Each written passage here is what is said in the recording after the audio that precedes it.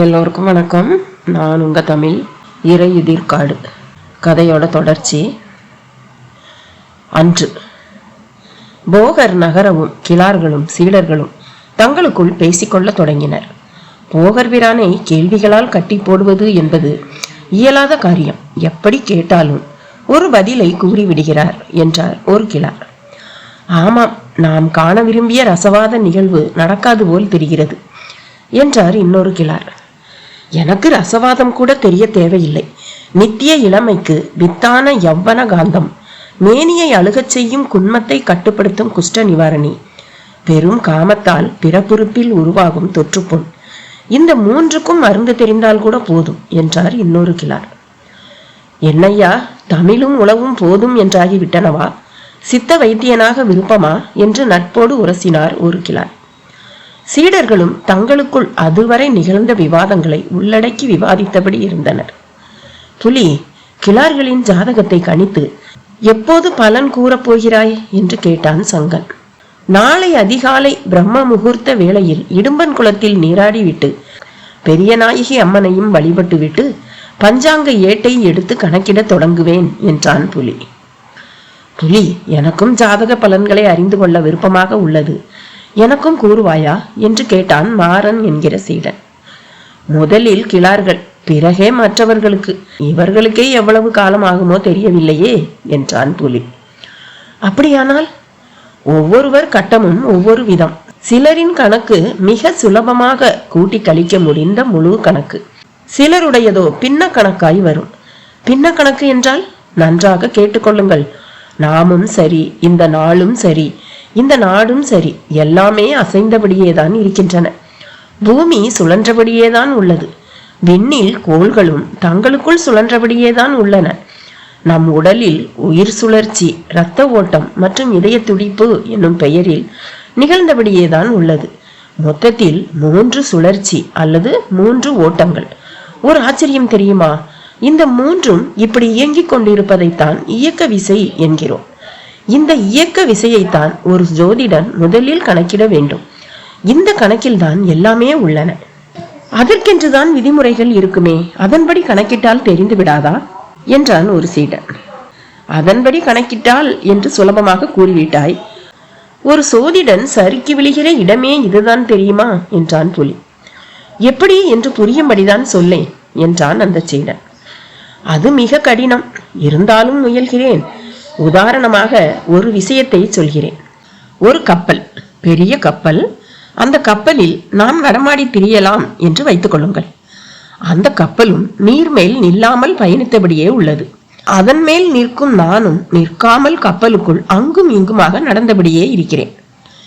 இது பயணத்துக்குள் ஒரு பயணம் அல்லவா?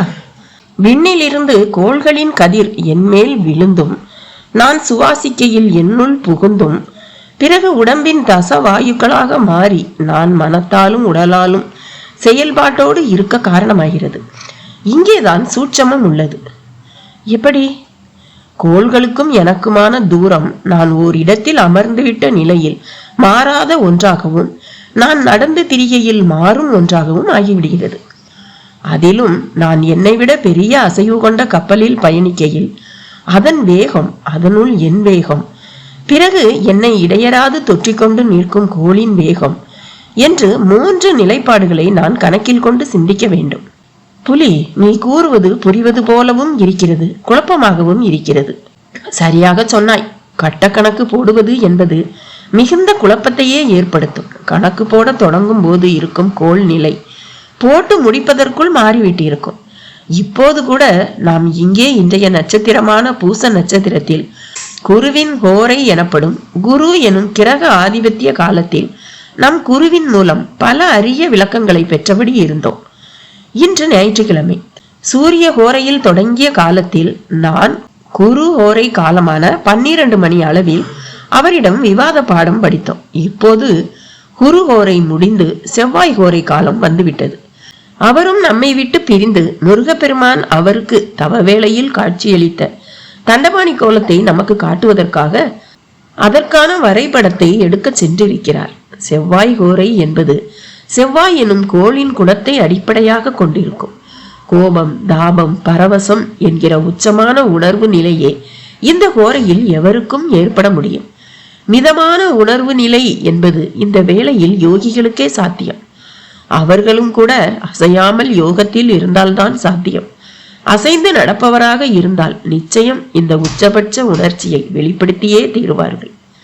வேண்டுமானால் பாருங்கள், அவர் முதலில் நம்மிடம் கோபப்படுவார், பிறகுதான் மற்ற எல்லாமே என்ற புலிப்பாணி அங்கு உள்ள நீர்க்கடிகையையும் சற்று தள்ளி சூரிய கதிர் பட்டு நிழல் விழும் நிலையில் இருந்த தூண் ஒன்றையும் பார்த்தபடியே கூறினான்.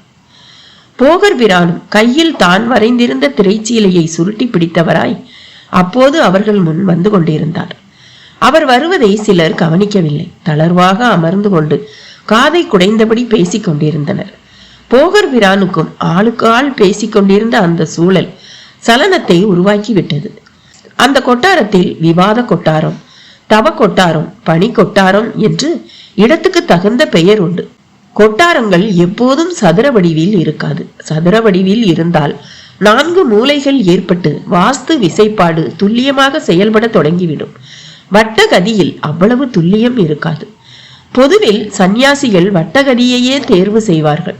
அங்கே விவாத கொட்டாரமும் வட்டமாயும் மேலே கூம்பு கூரையோடும் நேர் கிழக்கில் வாசல் திறப்போடும் கீழே கூரையில் கோரை பாயோடும் தான் இருந்தது. அந்த பாய் மேல் அமர்ந்து கொண்டும் நின்று கொண்டும் தான் பேசுவது வழக்கம்.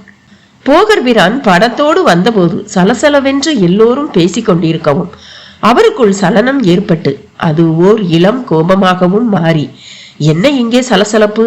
நான் இல்லை என்றால் அமைதியாக தியானத்தில் ஈடுபட வேண்டும் என்பது மறந்து போய்விட்டதா என்று உரத்த குரலில் அந்த கோபத்தை காட்டினார். அடுத்த நொடி அங்கே அமைதி மட்டுமல்ல, சில சீடர்கள் ஆச்சரியமாக புலிப்பாணியையும் பார்த்தனர். அதை போகரும் கவனித்தார். என்ன புலி, ஏன் சிலர் உன்னை பார்க்கின்றனர் என்றும் கேட்டார். சங்கன் அதற்கு பதில் கூற விளைந்தான். ஆசானே, தாங்கள் விலகிய தருணம் புலியிடம் நாங்கள் சோதிடக்கலை பற்றி பேசினோம். எங்கள் ஜாதகங்களையும் பார்த்து பலன் கூற முடியுமா என்று கேட்டோம். அதற்கு எவ்வளவு கால நேரம் ஆகும் என்று தெரியாது. கணக்கிட தொடங்கினால்தான் கூற முடியும். அம்மட்டில் முழுமையான கணக்கு, பின்ன கணக்கு என்று சில கணக்குகள் உள்ளன என்று விளக்கமளித்தான். அப்போது பேச்சு பலவாறு சென்று ஹோரை எனப்படும் ஒரு விஷயத்தை தொட்டு நின்றது.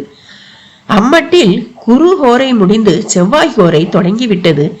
இந்த வேளையில் ஒருவரின் உணர்வு நிலை கோபம், தாபம், பரவசம் என்கிற ஏதாவது ஒன்றில் உச்சமாகவே இருக்கும், மிதமாக இராது என்றான். வேண்டுமானால் பாருங்கள், நமது ஆசான் கூட கோபத்தை தான் முதலில் வெளிப்படுத்துவார் என்றான்.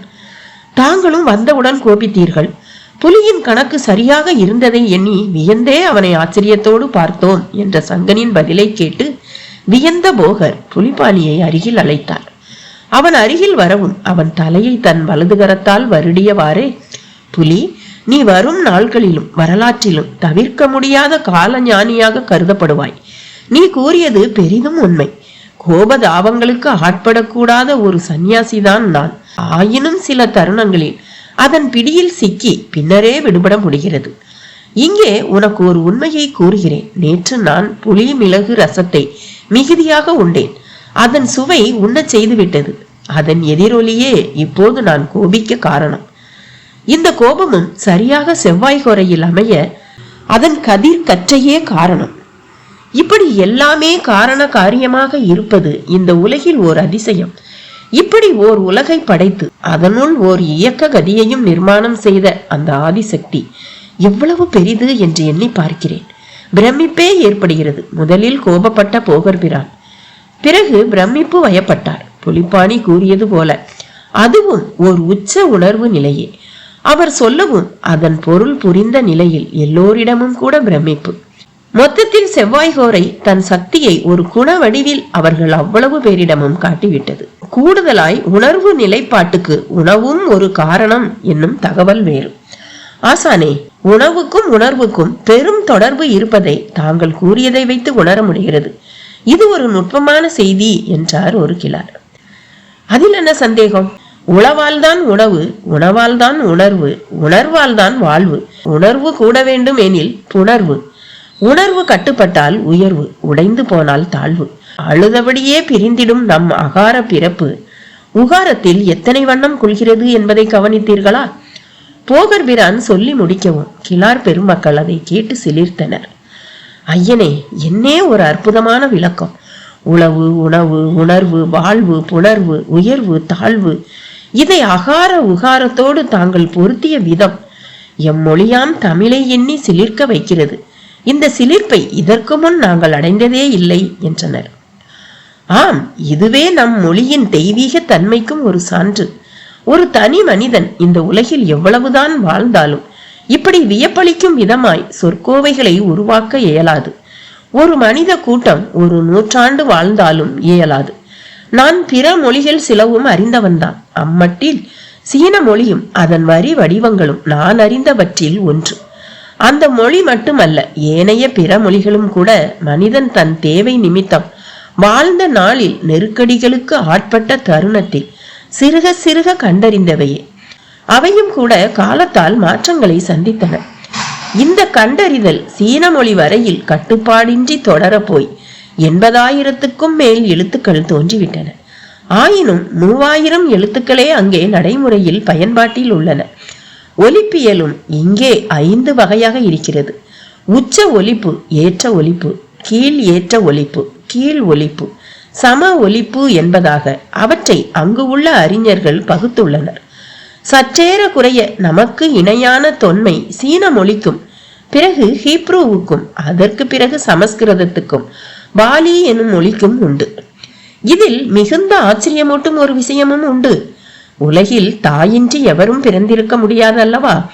தாய் எனும் சொல் தாயை, அதாவது கருணை எனும் பொருளில் இருந்தே தோன்றியது. இந்த தாயை பொதுவில் அம்மா என்போம். ஓர் ஆச்சரியம் பாருங்கள்.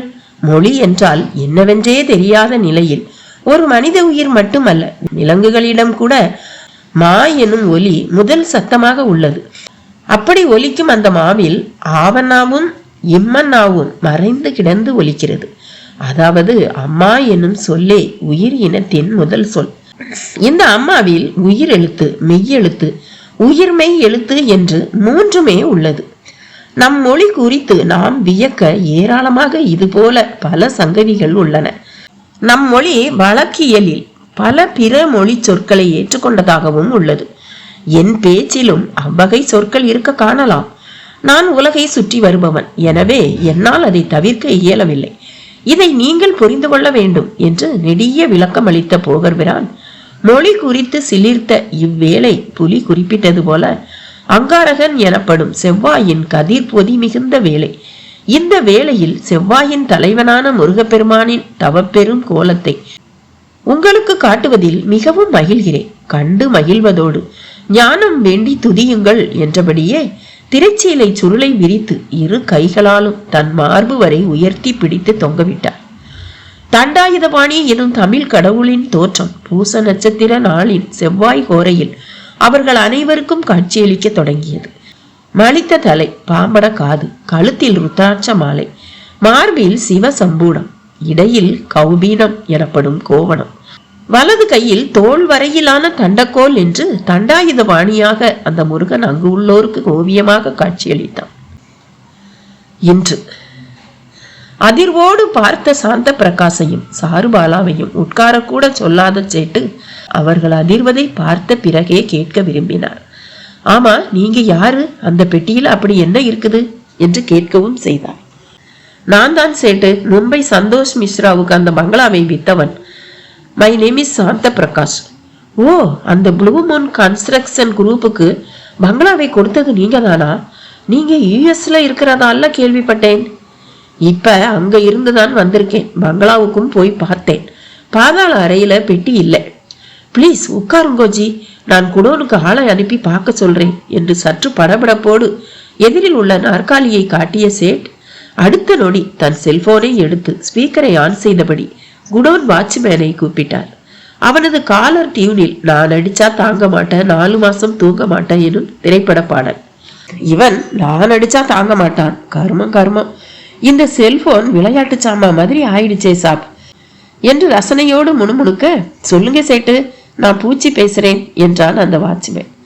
அரே, என்ன காலர் டீம் ஒண்ணுது, சாமி பாட்டு ஏதாச்சும் வை, இல்லாட்டி மணிச்சத்தம் போதும். எத்தனை தவா சொல்லி இருப்பேன், மாத்திடுறேன் சேட்டு, சொல்லுங்க சேட்டு. நம்ம குடோன்ல ஏதாச்சும் மரப்பெட்டி இருக்குதா, உனக்கு தெரியுமா? பெட்டியா? தெரியலையே சேட்டு. நின்ன இடத்துல சொல்லாத, பார்த்துட்டு வந்து சொல்லு. ஜமீன் பங்களா மர சாமான்களோடு அதுவும் சேர்ந்து வந்ததா சொல்றாங்க. சரிங்க சேட்டு, பார்த்துட்டு வந்து போன் பண்றேன் என்றவன் அடுத்த 10வது நிமிடமே போன் செய்து, நல்லா பார்த்துட்டேன் சேட்டு, அப்படி எதுவும் இல்லை என்றான். இல்லையாமேஜி? நோ, அங்க இருந்திருக்கு, உள்ள இறங்கி எடுத்திருக்காங்க. நான் அந்த அறைக்குள்ள கை கால் தடங்களை பார்த்தேன் என்றான் சாந்த பிரகாஷ். அதுல எதனா முக்கிய சாமான் இருக்குதா ஜி? கிட்டத்தட்ட எங்க எல்லாரும் உயிரும் இப்ப அதுக்குள்ளதான் சேட்டு இருக்கு. என் தாத்தாவோட பெட்டி அது. அச்சா, அதையெல்லாம் இந்த ஆன்டிக்ஸ் விற்கிற துரியானந்தம்ங்கிற ஒருத்தன் தான் எடுத்துக்கிட்டு வந்தான். நான் அவனை கேட்டு பார்க்கிறேன் என்று துரியானந்தத்தை அழைக்க பார்த்தான். ஆனால் சுவிட்ச் ஆஃப் என்று மறுபுறம் ஒலிக்கவும், எதுக்கு செல்போன் வாங்குறாங்கன்னே தெரியல, அணைச்சு வச்சிடுறாங்கோ என்று முனைகிய சேட்டு, ஜி அவன் செல்போன் இப்ப வேலை செய்யல, நீங்க உங்க நம்பர் கொடுங்க, நான் அவன் லைன் கிடைக்கவும் கேட்டு சொல்றேன். சேட்டு அப்படி சொல்லவும் அது சாருவாலாவுக்கு எரிச்சலை ஏற்படுத்தியது. சேட்ஜி, ஆன்டிக்ஸ் வியாபாரின்னு சொல்றீங்க, அப்ப நிச்சயம் அந்த மாதிரி பெட்டியை பார்த்தா அவங்க விட மாட்டாங்க. அதை யாருக்காவது வித்துட்டா அப்புறம் அவங்கள தேடணும். இந்த விஷயத்துல நாங்களே ரொம்ப லேட் பண்ணிட்டோம். அவன் கடை எங்க இருக்குன்னு சொல்லுங்களேன், நாங்க போய் பாத்துக்கிறோம். அச்சா, அதுவும் சரிதான் என்ற சேட்டு மயிலாப்பூரில் உள்ள லஜ்ஜையை ஒட்டிய சாலையின் ஓரத்தில் பிளாட்பாரத்தில் பழைய புத்தக கடையாகவும் பழைய பொருட்களின் கடையாகவும் அதுவே இருப்பதை கூறவும் அடுத்த நொடியே இருவரும் கிளம்பிவிட்டனர். சேட்டு வியப்போடு பார்த்தபடியே இருந்தார். தாம்பரம் கடந்து கார் பல்லாவரம் சாலையில் டிராபிக்கில் திணறிக் கொண்டிருந்த வேளை பாரதியின் செல்போனில் அழைப்பு சத்தம். மறுபுறம் மருதமுத்து. சொல்லு மருதமுத்து, அம்மா வந்துட்டீங்களா? இன்னும் அரை மணி நேரத்துல பங்களாவில் இருப்போம், சீக்கிரம் வாங்க. பெட்டி மேல அந்த பாம்பு உட்கார்ந்துகிட்டு நகர மாட்டேங்குது. எல்லோரும் வெளியே போர்ட்டிகோவில் தான் நின்றுட்டு இருக்கோம். மை குட்னஸ், திரும்ப வந்துடுச்சா? ஆமாம்மா, ஆனா அதுவும் நல்லதுக்கு தாண்டு படுது. இந்த பானு பொண்ணு ஒரு ஜோசியக்காரனோட வந்து அந்த பொட்டியை திறக்க நினைச்சிருக்கு. பாம்பு இருக்கவும் வெலவலத்து போயிட்டாங்க. அந்த ஜோசியன் கற்பூரம் காட்டி உளுந்தெல்லாம் கும்பிட்டு பார்த்தான், வேலைக்கு ஆவல. கடைசியில பாம்பு பிடிக்கிறவனை கூட்டிகிட்டு வரேன்னு கிளம்பி போயிருக்கான். பானு இப்ப எங்க இருக்கா? இங்கதாம்மா இருக்குது. போனை அவகிட்ட கொடு. அம்மா தப்பா எடுத்துக்காம அது நம்பருக்கு நீங்களே பேசிடுங்கம்மா. நான் போட்டு விட்டுட்டதா அப்புறம் என் மேல கோவிச்சுக்கும். சரி, நான் நேர்லயே வந்து பேசிக்கிறேன் என்று கட் செய்த பாரதியின் போனில் அடுத்த நொடியே அரவிந்தனின் அழைப்பு. பாரதி, அந்த பண்டாரத்தை பார்த்துட்டேன். பெட்டியை திறக்கிறது எப்படின்னு தெரிஞ்சுக்கிட்டேன். ஆனா அதுக்கு ஒரு புத்தகம் இருக்கான். கடமையாதிங்கிறது அதுக்கு பேராகும். அதை பார்த்தா எல்லாம் தெரிஞ்சிடுமா. அந்த புத்தகத்துக்கு எங்க போக? அது அந்த பழைய புத்தக கடையிலேயே இருக்கான். அது எப்படி உங்களுக்கு தெரியும்? பண்டாரம் தான் சொன்னாரு. எதுக்கு அரவிந்தன் இப்படி தலையை சுத்தி மூக்க தொடணும்? எப்படி திறக்கணும்னு அவருக்கு சொல்ல தெரியாதாமா? பாரதி, மிஸ்ட்ரின்னு பேசுறதுக்கும் அந்த அனுபவத்துக்கு ஆளாகிறதுக்கும் நிறைய வித்தியாசம் இருக்கு. நானும் செந்திலும் அந்த பண்டாரம் கிட்ட வெளியே சொன்னா யாரும் நம்ப மாட்டாங்கிற அளவுக்கு அனுபவப்பட்டுக்கிட்டு வந்திருக்கோம். அரவிந்தன், இப்ப பண்டார புராணம் கேட்கவெல்லாம் எனக்கு நேரம் இல்லை. அந்த பொட்டியை நாம மட்டும் திறக்க ஆசைப்படல. அந்த டெல்லி ஜோசியன் கிருஷ்ணகுமார் நந்தாவும் திறக்க விரும்பி இருக்கான். அதுக்காக நாம இல்லாத இந்த சந்தர்ப்பத்துல வீட்டுக்கும் போயிருக்கான். ஆனா பெட்டி மேல அந்த பாம்பு உட்கார்ந்துகிட்டு மிரட்டவும் பயந்துட்டாங்க. எனக்கு இப்பதான் தோட்டக்கார மருதமுத்து போன்ல சொன்னான். மை காட், நான் சொல்லல அந்த பாம்பு நாம நினைக்கிற மாதிரி இல்லைன்னு. இப்ப என்ன சொல்ல வர்றீங்க? பண்டாரம் சொன்னபடி பார்த்தா நான் தான் அதை திறக்க போறேன். என்னாலதான் முடியுமா? புத்தகத்துல வழிமுறை இருக்குதான். அதனாலதான் பாம்பு ஜோசியனை நெருங்க விடல போல. ஏன் அரவிந்தன், இப்படி அப்நார்மலாவே எல்லாம் நடக்குது? எனக்கு இது எதுவுமே கொஞ்சம் கூட பிடிக்கலையே. கோடீஸ்வரனால கூட அவனுக்கு பிடிச்ச மாதிரி 100% வாழ முடியறதில்லைங்கிறது தான் யதார்த்தம் பாரதி. தொடக்கத்துல இருந்தே பூடகமான விஷயங்கள் மேல உனக்கு இனம் புரியாத ஒரு வெறுப்பு. அதுதான் இப்படி பேசுற. ஆனா நான் டியூன் ஆயிட்டேன். அபூர்வமான அனுபவங்கள் எனக்கு ஏற்படுறத நான் என்ஜாய் பண்ண தொடங்கிட்டேன். கவலைப்படாத, எல்லாம் சரியா தான் நடந்துகிட்டு இருக்கு. என்ன சரியோ, என் வரையில ஒரே ஒரு விஷயம்தான் சரி அரவிந்தன். அது அந்த குமாரசாமி குடும்பத்துக்கு சரியான நஷ்ட ஈடு கொடுக்கறதும் அந்த இடத்தை அவங்களுக்கே திருப்பி கொடுக்கறதும் தான். நம்ம செயல்பாடு அதுக்கானதா மட்டும்தான் இருக்கணும். ஆனா பழனி, பண்டாரம், பொட்டின்னு எங்கெங்கேயோ போய்கிட்டு இருக்கோம்னு தான் கோபமா வருது. பாரதி, என் வரையில நான் உன்னை இப்ப ரொம்பவே மதிக்கிறேன். நீ வித்தியாசமான ஒரு பொண்ணு மட்டும் இல்லை, அபூர்வமானவளும் கூட. நான் இதை ரொம்ப ஆத்மார்த்தமா சொல்றேன். எப்ப நம்ம கார்ல அடிபட்டு செத்து போன ஒரு நாய்க்காக நீ துடிச்சியோ அப்பவே நான் என்னை உன்கிட்ட இழந்துட்டேன். இதை உடனே காதல்னு எல்லாம் கொச்சைப்படுத்த எனக்கு விருப்பம் இல்லை. சுருக்கமா சொல்ல போனா நீ ரொம்ப ரொம்ப மதிப்பானவ. காலம் சரியான சமயத்துலதான் என்னை உன்கிட்ட கொண்டு வந்து விட்டுருக்கு. எனக்கும் உனக்கும் ஒரே ஒரு வித்தியாசம்தான். நீ அனுபவப்பட்டாலும் விஞ்ஞான அகந்தையோட இருக்க, என்கிட்ட அது இல்லை. அவ்வளவுதான் வித்தியாசம். எதுக்கு இவ்வளவு பெரிய பீடிகை அரவிந்தன்? பழனி, பண்டாரம், பெட்டி எல்லாமே நமக்கு பல விஷயங்களை உணர்த்த போகுதுங்கிறது என்னோட பாயிண்ட். உன் வரையில அது எல்லாமே பாயிண்ட்லெஸ். ஐ ஆம் கரெக்ட்? நாம உணர்ந்து என்ன செய்ய போறோம்? நம்ம வாழ்க்கையில நம்ம வெளிப்படையா உணர எவ்வளவோ விஷயங்கள் இருக்கே. அரவிந்தன், எதுக்கு இந்த மிஸ்ட்ரி கர்மம் எல்லாம்? நான் இதை கேட்கல, இதை விரும்பல. இதுல எந்த அர்த்தமும் இல்லை. டெம்ட் ஆகாத பாரதி. நான் இப்ப திண்டுக்கல் தாண்டிட்டேன். 5 மணி நேரத்துல அங்க இருப்பேன். நேர்ல பேசுவோம். முடிஞ்சா அந்த புத்தகத்தை வாங்கி வை, நேரம் மிச்சமாகும். அப்ப அந்த புத்தகம் இல்லாம பெட்டியை திறக்க முடியாதா? முடியாது. உடைச்சா? ஓ நோ, அந்த மெக்கானிசத்துக்கு நாம அதை உடைக்கிறது அழகில்லை. மிஸ்ட்ரிக்கு நடுவுல மெக்கானிசம்ங்கிற சயின்ஸ நீங்களும் சரி அந்த பண்டாரமும் சரி நம்புறது எனக்கு ஆச்சரியமா இருக்கு. எவ்வளவு பெரிய முரண் பாத்தீங்களா? நிஜமாவே இது நல்ல கேள்வி பாரதி. ஆனா எனக்கே என்ன பதில் சொல்றதுன்னு தான் தெரியல. சரி அரவிந்த், சீக்கிரமா வாங்க. அந்த புக் அங்க இருக்கான்னு பாக்குறேன். இல்லைன்னா பெட்டியை உடைக்கிறோம் என்ற பாரதி கார் கத்திப்பாராவை கடப்பதை உணர்ந்தவளாக மயிலாப்பூர் லஸ்சர் சாலையை இலக்காக தீர்மானித்து இயங்க ஆரம்பித்தாள். நல்ல வேளை, பின்னால் பாட்டியிடம் ஆனந்த தூக்கம். அதன் பிறகு கார் அந்த பிளாட்பார கடையை அடைந்த போது அப்படி ஒரு புத்தகம் இருப்பதற்கான எந்த முகாந்திரமும் இல்லை. பெட்டியை பற்றி அவனிடம் அப்போது பேசவும் அவள் விரும்பவில்லை. என்ன புக்கு சொன்ன கண்ணு? கபட வியாதியா? கடபயாதி. என்னவோ போ, சத்தியமா சொல்றேன், இப்படி ஒரு புக்கை பத்தி நான் கேள்வி கூட பட்டதில்லை என்றான் துரியானந்தம். நீங்க இப்படி சொல்றீங்க, ஆனா ஒரு பண்டாரம் சொல்லி நான் வந்திருக்கேன். அந்த பண்டாரத்தை தான் உதைக்கணும் போல இருக்கு. சரி, நான் வரேன் என்று பாரதி சொன்னபடி காரில் ஏற போன சமயம் பஞ்சகச்சம் உடுத்திய ஒரு பிராமணர் கையில் பல பழைய புத்தகங்களுடன் துரியானந்தம் முன் வந்து நின்றவராய் புத்தகங்களை அவன் வசம் தந்தார்.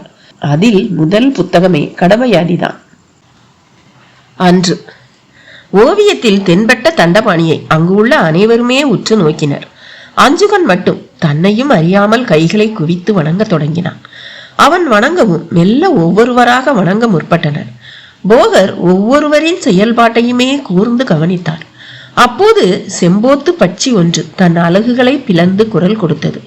மயில் ஒன்று அகவும் சத்தமும் கேட்டது. அதன் நிமித்தம் புலிப்பாணியின் முகத்தில் ஒரு கூடுதல் பரவசமும் வெளிப்பட்டது. பிரானே, தண்டபாணி தெய்வம் உங்களை தொட்டு எங்களுக்கு காட்சியளித்த இந்த தருணம் ஒரு பொன்னான தருணம். நிமித்தங்களும் சிறப்பாக உள்ளன. பட்சிகளில் செம்போத்துவை பார்ப்பதும் அதன் குரலை கேட்பதும் நல்ல சகுனங்கள் என்பார்கள். அதன்படி பார்த்தால் இப்போது இங்கு இருக்கும் காலகதியை பொன் வேளை என்று சொல்லலாம் என்றான் புலிப்பாணி. மகிழ்ச்சி, மிகவும் மகிழ்ச்சி. நல்ல நிமித்தத்திலும் நல்ல நோக்கத்திலும் தொடங்கிடும் எந்த ஒரு செயல்பாடும் அதன் கதியை விட்டு விலகாது என்பதற்கு நீ இப்போது உறுதியளித்துள்ளாய். இந்த ஓவிய தெய்வமே வரும் நாளில் இந்த உலகுமே விடும் தெய்வமாக கோயில் கொள்ளப் போகிறது. நான் முன்பே குறிப்பிட்டது போல உலக மக்களில் 7 பேரில் ஒருவர் இந்த தெய்வ சாநித்தியத்தின் முன் நின்று வணங்கிவிட்டு செல்பவராக இருப்பார்கள். 7 பேரில் 3 பேர் நித்தமும் தாம் இருக்கும் இடத்தில் வணங்குபவராக இருப்பார்கள். 7 பேரில் 6 பேர் இந்த தண்டாயுத பாணியை நிச்சயம் அறிந்தவராக இருப்பார்கள். ஒருவர் மட்டும் அறியாத வட்டத்தில் இருப்பர் என்று போகர் பிரான் கூறவும் அது குறித்தும் பல கேள்விகள் எல்லோரிடமும் எழும்ப தொடங்கின. அப்போது மதிய கால சங்கு முழங்கும் ஓசை இடையிட தொடங்கியது. எல்லோரிடமும் அதன் நிமித்தம் ஒரு குதூகலம். உணவுக்கான சங்கொலி அது. கொட்டாரத்தில் சங்கொலி என்பது கால நேரத்தை சொல்லும் ஒரு சத்தமும் கூட. கால கண்காணி என்று ஒருவனை போகர் நியமித்துள்ளார். அவனை வழக்கு மொழியில் கங்காணி என்பர். அந்த கங்காணிதான் சங்கு முழங்குவான். ஒரு நிமிடம் கூட பிசக மாட்டான். சங்கு முழக்க கூட ஒரு அளவு உண்டு. அவன் வசம் ஒரு பம்பரம் உள்ளது. அதை தரைமேல் விசையோடு சுற்ற விட்டு அது சுழன்று நிற்கும் வரை சங்கை முழக்குவான். போகர் பிரான் எல்லாவற்றிலுமே ஒரு கால அளவையும் ஒழுங்கையும் உருவாக்கி இருந்தார். அவனது சங்கொலி போகர் பிரானை அந்த ஓவிய திரைச்சீலையை சுற்ற செய்தது. பிரானே, உச்சி உணவு காலம் வந்துவிட்டது. நாங்கள் உண்டு முடித்து சற்று ஓய்வெய்திய பின் திரும்ப வருகிறோம். இன்னமும் நாங்கள் கேட்க கேள்விகள் ஏராளமாய் உள்ளன என்றார் கிளார் பெருமக்களில் ஒருவர். போய்விட்டு இளமாலையில் திரும்ப வாருங்கள். கதிரவன் மறையும் வரை கூட பேசலாம். இந்த பேச்சும் விவாதங்களும் இன்னமும் சில நாட்கள் தான். அதன் பின் நான் மௌனியாக ஒரு மண்டல காலம் இருக்க போகிறேன். அந்த மண்டல காலத்தில் உயிரே பிரிவதாக இருந்தாலும் நான் மௌனத்தை கலைக்க மாட்டேன் என்றார். பிரானே, என்ன இது? எதனால் இப்படி ஒரு முடிவு? ஒரு போகிக்கு பேச்சை விட மௌனம்தான் சக்தி மிகுந்த ஆயுதம். இதை தாங்கள் அறியாதவர்களா? அதற்கு ஏதாவது ஒரு காரணம் இருக்க வேண்டுமே பிரானே. ஒரு காரணம்தான், ஒரே ஒரு காரணம்தான். அந்த காரணம் இந்த திரைச்சீலையில் உள்ள தண்டவாணி தெய்வமே. சற்று விளக்கமாக கூற முடியுமா? இப்படியே கேள்விகளையே கேட்டுக்கொண்டிருந்தால் எப்படி?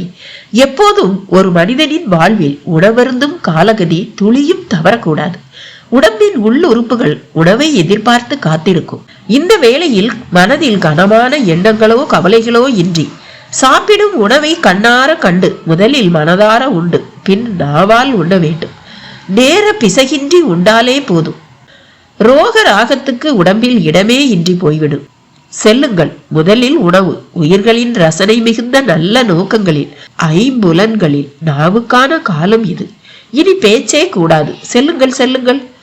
ஓர் இடையன் தன் பசுக்களை கோல் கொண்டு சுழற்றி ஒரு பக்கமாக செல்ல பணிப்பது போல போகர் செயல்படவும் மெல்லிய புன்னகையோடு எல்லோருமே ஆகார கொட்டாரம் நோக்கி சென்றனர். போகரும் விலகி தன் யோக கொட்டாரம் நோக்கி திரும்பினார். ஆகார கொட்டாரம் மெல்லிய குழல்மணிகள் தொங்க காட்சியளித்தது. நால்புறமும் திறப்பு. எனவே காற்றின் வீச்சு மிகுந்தும் அதன் காரணமாக குழல்மணிகள் ஒன்றன் மேல் ஒன்று மோதி சத்தமிட்டபடியும் இருந்தன. கொட்டாரத்தை சுற்றிலும் புறாக்கள், சேவல்கள், கோழிகள் நிறையவே கண்ணில் பட்டன. மான் ஒன்றும் புற்களை கடிப்பதும் பின் நாலாபுரமும் தன் கரிய விழிகளால் பார்ப்பதுமாக தென்பட்டது. விளாமரம் ஒன்றில் பந்து போல் காய்கள் காய்த்திருக்க அதன் மேல் வாலாட்டி புல்லும் மரங்கொத்திகளும் சில காகங்களும் அங்குமிங்கும் தாவி பறந்தபடி இருந்தன. தரை மேல் நிழல் பொதிமரத்தின் அசைவுக்கேற்ப அசைந்தபடி இருந்தது. கொட்டாரத்தினுள் பசுஞ்சாணம் கொண்டு நன்கு மெழுகப்பட்ட தரை மேல் வரிசையாக பலகைகள் போடப்பட்டு அந்த பலகைகள் முன் தையல் இலைகள் போடப்பட்டிருந்தன. அகண்ட வாய்கொண்ட மண் செட்டி ஒன்றில் சற்றே மஞ்சள் பொடி கலந்த நீர் அரைபாக அளவுக்கு காணப்பட்டது. கை கழுவி இருந்தாலும் மஞ்சள் நீரில் கையை நன்கு அலசி கொள்ள வேண்டும். சாப்பிட வருபவர்கள் பலகை மேல் சமணமிட்டுதான் அமர வேண்டும். ஒரு பாகம் மடக்கி மறுபாகம் நிமிர்த்தி குக்குடம் போலெல்லாம் அமர்ந்து உண்ணக்கூடாது. உண்ண தொடங்கும் முன் அன்னபூரணி வழிபாடு உண்டு. வணங்கிவிட்டே உண்ண வேண்டும். உண்ணும் போது பேச்சு கூடாது. நன்கு மென்று விழுங்க வேண்டும். உள்ளங்கை படாமல் உண்பது கூடவே கூடாது. உண்ண பின் விரல்களை எச்சிலால் சுத்தம் செய்து விட வேண்டும். இடையில் நீர் அருந்துவது கூடாது. போகர் வரையில் எச்சில் என்பது அசுத்தமானதல்ல. அது அமுத குணம் உடையது. பனை வெள்ளத்துண்டு, நெல்லி துவையல், வாழைத்தண்டு ஊறல், வெள்ளரி, கொத்தமல்லி, வேம்பு கலந்த பச்சடி, நாரத்தம் துண்டு, பச்சரிசி சோறு, காய்ச்சொதி, ஒரு மிடறு பசுனை, மிளகு தக்காளி ரசம், தயிர் குழம்பு, இதெல்லாம் தான் உணவின் வகைகள். இறுதியாக மதிய உணவில் மட்டும் பூவன் வாழைப்பழம் ஒன்றோ அல்லது இரண்டோ சாப்பிட்டு முடித்த பின் எக்காரணம் கொண்டும் படுக்கக்கூடாது. கொட்டாரத்தை ஒட்டிய பொதினி குன்றின் ஒரு பாகத்தில் இருக்கும் மனோன்மணி தெய்வத்தை நடந்தே சென்று வணங்கிவிட்டு அங்கு அவள் காலடியில் கிடக்கும் மஞ்சள் குங்குமத்தை கட்டை விரலால் ஒற்றி எடுத்து நெற்றியில் தீட்டிக் கொண்டு பின் திரும்பி வந்து அதன் பின் ஓய்வெடுக்கலாம். இவை போகர் பிரான் தன் கொட்டாரத்தில் தன்னோடு தங்கி இருப்பவர்களுக்கு விதித்திருக்கும் நடைமுறைகள். சாப்பிட்ட பின் சற்றே நடக்க வேண்டும் என்றே இந்த ஏற்பாடு எல்லாம். இளம் மாலையில் எல்லோரையும் பார்க்கும் சமயம் நெற்றி குங்குமம் அவர்கள் விதிமுறைகளை பின்பற்றி நடந்திருப்பதை சொல்லாமல் சொல்லிவிடும். அன்றைய இளமாலை பொழுதிலும் திரும்ப எல்லோரும் கூடினார்கள். போகரும் வந்து நின்றவராய் அருகில் அமராசனம் இருந்தும் நின்ற வண்ணமே பேச ஆரம்பித்தார். எல்லோரும் உண்டு கழித்தீர்களா? ஆயிற்று பிரானே. சுவையாக இருந்ததா? இருந்தது பிரானே. அடுத்து எப்போது உணவு வேளை வரும் என்று எண்ண தோன்றுகிறதா? இந்த கேள்விக்கு சிலர் தலை அசைத்தனர், சிலர் மௌனம் காத்தனர், சிலர் தடுமாறினர். இம்மட்டில் குழப்பம் கூடாது. மனதில் தோன்றுவதை கூறிவிட வேண்டும். ஆம் என்போர் அதிகம் ருசித்து உண்டவர்கள் என்பது பொருள். இல்லை என்போர் அவ்வாறு உண்ணவில்லை என்பது பொருள். குழப்பம் உள்ளவர்கள் ஏதோ பசிக்காக உண்டிருக்கிறார்கள் என்பது பொருள். அதை தெரிந்து கொள்ளவே இவ்வாறு கேட்டேன். எது எப்படி இருப்பினும் கசப்பான உணவை கூட ருசித்து சர்வாங்கமும் சிலிர்க்க உண்பதே நல்ல உண்ணும் முறை. எத்தனை ருசியான உணவையும் ரசித்து உண்பது போலவே அதை துறக்கும் மனத்தன்மையும் வேண்டும். இதை விரதம் என்போம். ரதம் எனில் ஓடுவதை குறிக்கும், விரதம் எனில் ஓட்டம் ஒடுங்குவதை குறிக்கும். ஒரு மனிதன் அதற்கும் பழக வேண்டும். அந்த பொறுப்பை அவன் வசம் அளித்தால் அவன் சரியாக பின்பற்றுவானோ மாட்டானோ என்றுதான் காலகதியில் விரதகால நாட்களை உருவாக்கி அளித்துள்ளனர். குறிப்பாக மாதம் 2 முறை வரும் ஏகாதசி திதி அன்று உண்ணாமை கோடி வெற்றிடும். இந்த நாளில் மனம் ஒரு புள்ளியில் குவிந்து அடங்கிட விஷ்ணுவை உபாசிக்க வேண்டும். விஷ்ணுவின் சகல பரிமாண ருசிகளை மனதுக்கு தரும் பிராண கதைகளாகவும் இருக்கலாம். ஏகாதசி விரதம் முதுமையை துளியும் வலியின்றியும் சோர்வின்றியும் பார்வை குறைபாடு முடக்குவாதம் முதலியன இன்றியும் கழித்திட பெரிதும் உதவும். இந்த திதி அன்று விண்ணில் நிலவும் தட்ப வெட்பத்தில்தான் ஆரோக்கிய ரகசியமே ஒளிந்துள்ளது. ஏகாதசி நாளன்று பூரண விரதம் இருந்து மறுநாளான துவாதசியில், அதாவது வளர்பிறைக்கும் தேய்பிறைக்குமான 11ஆம் நாளில் விரதம் முடித்து அகத்திக்கீரை மற்றும் நெல்லி பச்சடியுடன் சீரான உணவை உண்டிட உடம்பில் சுரப்பிகள் நசிவின்றி திடமாய் செயல்படும். சுரப்பிகள் வசமே முதுமையின் ஆரோக்கியம் பெரிதும் உள்ளது. போகர்பிரான் நன்றாக சாப்பிட்டீர்களா என்று கேட்க தொடங்கி ஏகாதசி திதி வரை வந்துவிட்டார். அவர் வாயை திறந்தாலே ஏதாவது ஓர் அபார உண்மை எப்படியோ வெளிப்பட்டு விடுகிறது. பிறருக்கு பிரமிப்பை அளிப்பதில் அவருக்கு நிகரே இல்லை என்றே கூற வேண்டும். அந்த நொடி உண்பது என்பதன் பின்புலத்தையொட்டி இத்தனை விஷயங்கள் இருக்கும் என்பதை அங்கு உள்ளோர் அறிந்திருக்க மாட்டார்கள். இப்போது அறிந்த நிலையிலோ அவர்களிடம் பிரமிப்பு. நாங்கள் ஒரு கேள்விகள் கேட்க இடமே இன்றி விளக்கமளித்து விட்டீர்கள் என்று ஒரு சீடன் கூறிய தருணம் முன்பு வந்த கருமார்கள் இருவரும் திரும்ப வந்து வணங்கி நின்றனர். அவர்கள் கைவசம் உள்ள ஒரு பிரம்பு தட்டில் உதிரி பூக்களும் பல வகை பழங்களும் ஒரு மண் குவளையில் பாலும், அத்தோடு அவர்களின் தொழிற் கருவிகளில் ஒன்றான புகையூதியும் கூடுதலாய் இரும்பு சுத்தியலோடு அகப்பை, சல்லடை, குத்தூசி, உலோக வெட்டி என்று சில கருவிகளும் இருந்தன. அந்த குருமார்கள் பிரம்பு தட்டை நின்றபடி இருந்த போகரின் காலடியில் வைத்துவிட்டு மண்டியிட்டு வணங்கி மண்டியிட்ட நிலையிலேயே கைகள் இரண்டையும் மார்பு முன் கட்டிக்கொண்டு போகர் பிரானை நோக்கினர். போகர் அவர் அருகில் சென்று உற்று நோக்கிவிட்டு அவர்கள் தலையில் கை வைத்து ஆசீர்வதித்தார். பின் பிரம்பு தட்டில் இருந்த பாலை எடுத்து ஒரு மடக்கு குடித்தார். அதன் பின் சில பூக்களை தன் தலைமேல் போட்டுக்கொண்டவர் தட்டில் இருந்த கருவியில் ஒன்றை கையில் எடுத்து தன் நெற்றி மேல் வைத்து தியானித்தவராக அவர்கள் வசம் அளித்தார். பின் அவர்களை எழுந்திருக்க சொன்னவர் புலிப்பாணியின் பக்கம் திரும்பி புலி என்றார். பிரானே, இந்த கருமார்கள் நம் தண்டவாணி தெய்வத்தின் அச்சை வார்க்க போகிறார்கள். அந்த அச்சில் இருந்தே பாசான மூர்த்தியாக யாம் தண்டவாணி தெய்வத்தின் மூல உருவை வார்க்க போகிறோம். கால காலத்துக்கும் நிலைத்து நிற்க போகிற ஒரு செயல்பாடு இது. இவர்களுக்கு யாம் இப்போது இங்கே தீட்சை வழங்கிவிட்டோம். இனி இவர்கள் திரைச்சீலை வடிவை பார்த்து நீள அகல உயரங்களை கணித்து அச்சை உருவாக்க வேண்டும். அப்படி தொடங்கும் கால புள்ளி செயல்திறனுக்கு இடையூறு ஏற்படுத்தாததாக இருக்க வேண்டும் அல்லவா? புரிகிறது பிரானே, நாளை அதற்கான காலகதியை கணக்கிட்டு கூறிவிடுகிறேன் என்றார். துல்லியமாக கணக்கிட்டு கூறு. கருமார்களே, நீங்கள் காரியத்தில் கண்ணாய் இருங்கள். உங்களுக்கான சகலமும் நீங்கள் இருக்கும் இடம் தேடி வரும். இந்த செயலை மழை வெயில் எனும் கால உலுக்கல் இன்றி செய்திட மலை குகைகளே ஏற்றவை. புலி, இவர்களை நீ நான் சவாசனம் புரியும் கன்னிவாடி மலை குகைக்கு அழைத்துச் செல். அதுவே இவர்கள் அச்சு செய்ய ஏற்ற இடமாகும் என்றார். அவர்களும் பிரம்பு தட்டை எடுத்துக்கொண்டு புறப்பட்டனர். புலிப்பாணி உடன் செல்ல தொடங்கினார். இன்று கடமையாதி என்கிற அந்த புத்தக தலைப்பை பார்த்த மாத்திரத்தில் மின் தாக்கம் ஏற்பட்டவள் போல கார் கதவருகே தேங்கி நின்றாள் பாரதி. அந்த பிராமணர் குனிந்தபடி அந்த புத்தக கட்டை துரியானந்தம் முன் வைத்தார்.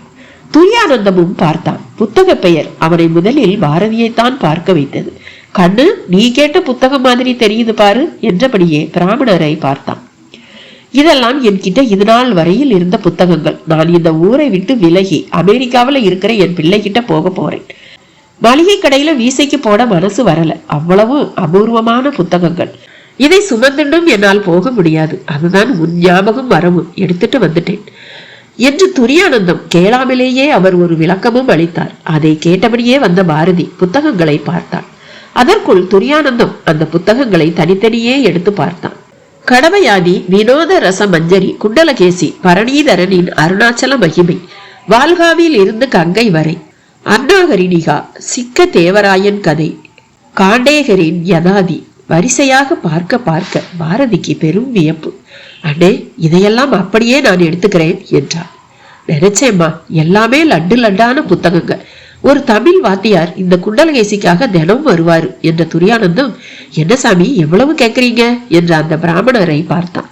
பார்த்து போட்டு கொடு, இதை நான் என் செலவுக்கு எடுத்துக்க போறதில்லை. என் வீட்டு வேலைக்காரியோட பிள்ளைக்கு ஸ்கூல் ஃபீஸ் கட்ட கொடுத்துட போறேன் என்றார் அவர். பாரதி உடனடியாக 2000 ரூபாயை எடுத்து அவர் முன் நீட்டினான்.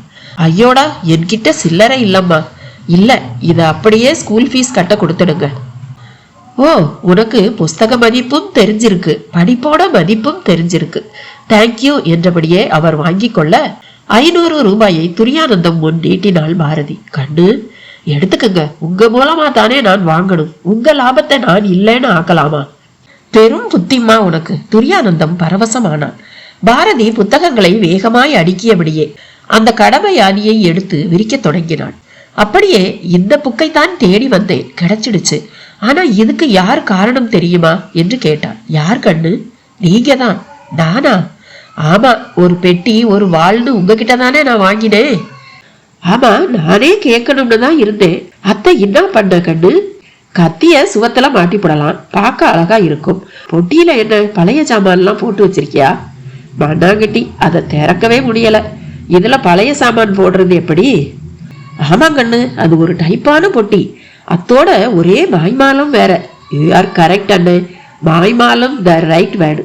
சரி, நான் கிளம்புறேன், வேகமா போகணும், விரிவா பேச இப்ப நேரம் இல்லை என்று புத்தகங்களை சுமக்க விளைந்தவளை தடுத்து துரியானந்தமே அந்த புத்தகங்களை எல்லாம் எடுத்து பின் சீட்டில் கொண்டு வந்து வைத்தான். வைக்கும் போது அதுவரை அமைதியாக அமர்ந்திருந்த பாட்டி முத்துலட்சுமியையும் பார்த்தான். நெற்றியில் கட்டோடு சோர்வோடு பார்த்தாள் அவளும். ஒரு சிரிப்பு சிரித்தான். சிரித்தபடியே வணக்கம்மா என்றான். முத்துலட்சுமியிடம் ஆமோதிப்பு பாவனை. பாரதி முன்புறம் ஏறிக்கொண்டு காரை ஸ்டார்ட் செய்தாள். அதுவும் சீரத் தொடங்கியது. காருக்குள்ளே, அடிக்கடி நீ பொட்டி கத்தின்னு பேசிக்கிட்டே இருக்க, என்னன்னு கேட்டா ஒன்னும் சொல்லவும் மாட்டேங்கிற. ஏற்கனவே உங்க அப்பனால மன உளைச்சல், புதுசா இதெல்லாம் என்னம்மா என்று முத்துலட்சுமி கேட்கவும் அந்த நிலையிலும் ஒரு சிரிப்பு சிரித்த பாரதி டிராபிக்கில் விசுக்கென்று முன்னால் கடந்து சென்ற ஒரு பல்சர் பைக்காரன் நிமித்தம் எரிச்சலாகி, இவங்களோட பெரிய ரோதனை, கொஞ்சம் கூட டிராபிக் சென்ஸே இல்லாத கேடு கட்டவங்க என்று முடிமுடுத்தாள். என் கேள்விக்கு நீ பதிலே சொல்லலையே என்றாள் முத்துலட்சுமி. வீட்டுக்கு தானே போயிட்டு இருக்கோம், பார்த்து தெரிஞ்சுக்கோ. கலை பொருள்னு நினைச்சு வாங்கின ரெண்டும் இப்ப கொலை பொருளா மாறி மிரட்டிக்கிட்டு இருக்கு. ஒன்னும் புரியல, நானே குழப்பத்துலதான் இருக்கேன். இதுக்குத்தான் கண்டதை வாங்க கூடாதுங்கிறது. இப்படித்தான் உன் தாத்தா எனக்கு ஒரு வைர மூக்குத்தி வாங்கி தந்தாரு. அது என்னடான்னா, என்ன போடவே விடல. எப்ப போட்டாலும் காய்ச்சல் வந்துடும், கலட்டிட்டா சரியாயிடும். முத்துலட்சுமி சொன்னதை கேட்டு பாரதி விக்கித்து போனாள். பாட்டி, இதுக்கு மேல எதுவும் பேசாத, இந்த மாதிரி எல்லாம் யோசிக்க இந்த ஒரு நாள்ல தான் முடியும் என்று சீரியபடியே காரை ஓட்டினான். அதற்கு பதில் கூறும் முன் அரவிந்தன் போன் ப்ளூடூத் கனெக்ஷனில் மைக்கில் ஒலிப்பது போல ஒலித்து அழைத்தது. சொல்லுங்க அரவிந்தன், நான் திருச்சி தாண்டிட்டேன் பாரதி, அந்த புக்கு கிடைச்சதா? வா, என்ன பாரதி உம்முன்னு சாதாரணமா சொல்ற? எக்ஸைட் ஆக விரும்பல அரவிந்தன், நான் நிஜமா இப்ப குழப்பத்துல இருக்கேன். நீங்க வாங்க, நேர்ல பேசுவோம். அதுவும் சரிதான். அப்புறம் அந்த பாம்பு இருந்தா அதை அடிச்சிடாம வெளியேத்த பாருங்க. முட்டை பால் எல்லாம் கூட கொடுக்கலாம் தானே? நீ கிண்டலா கேட்கறது புரியுது பாரதி, இருந்தாலும் சொல்றேன், ட்ரை பண்ணி பாரு. அதை கேட்ட மறுநொடி போனை கட் செய்தான். அந்த டெல்லி ஜோசியர் எங்கிருந்தோ ஒரு பாம்பு பிடாரனுடன் வந்து பார்த்தபோது பெட்டி மேல் பாம்பு இல்லை.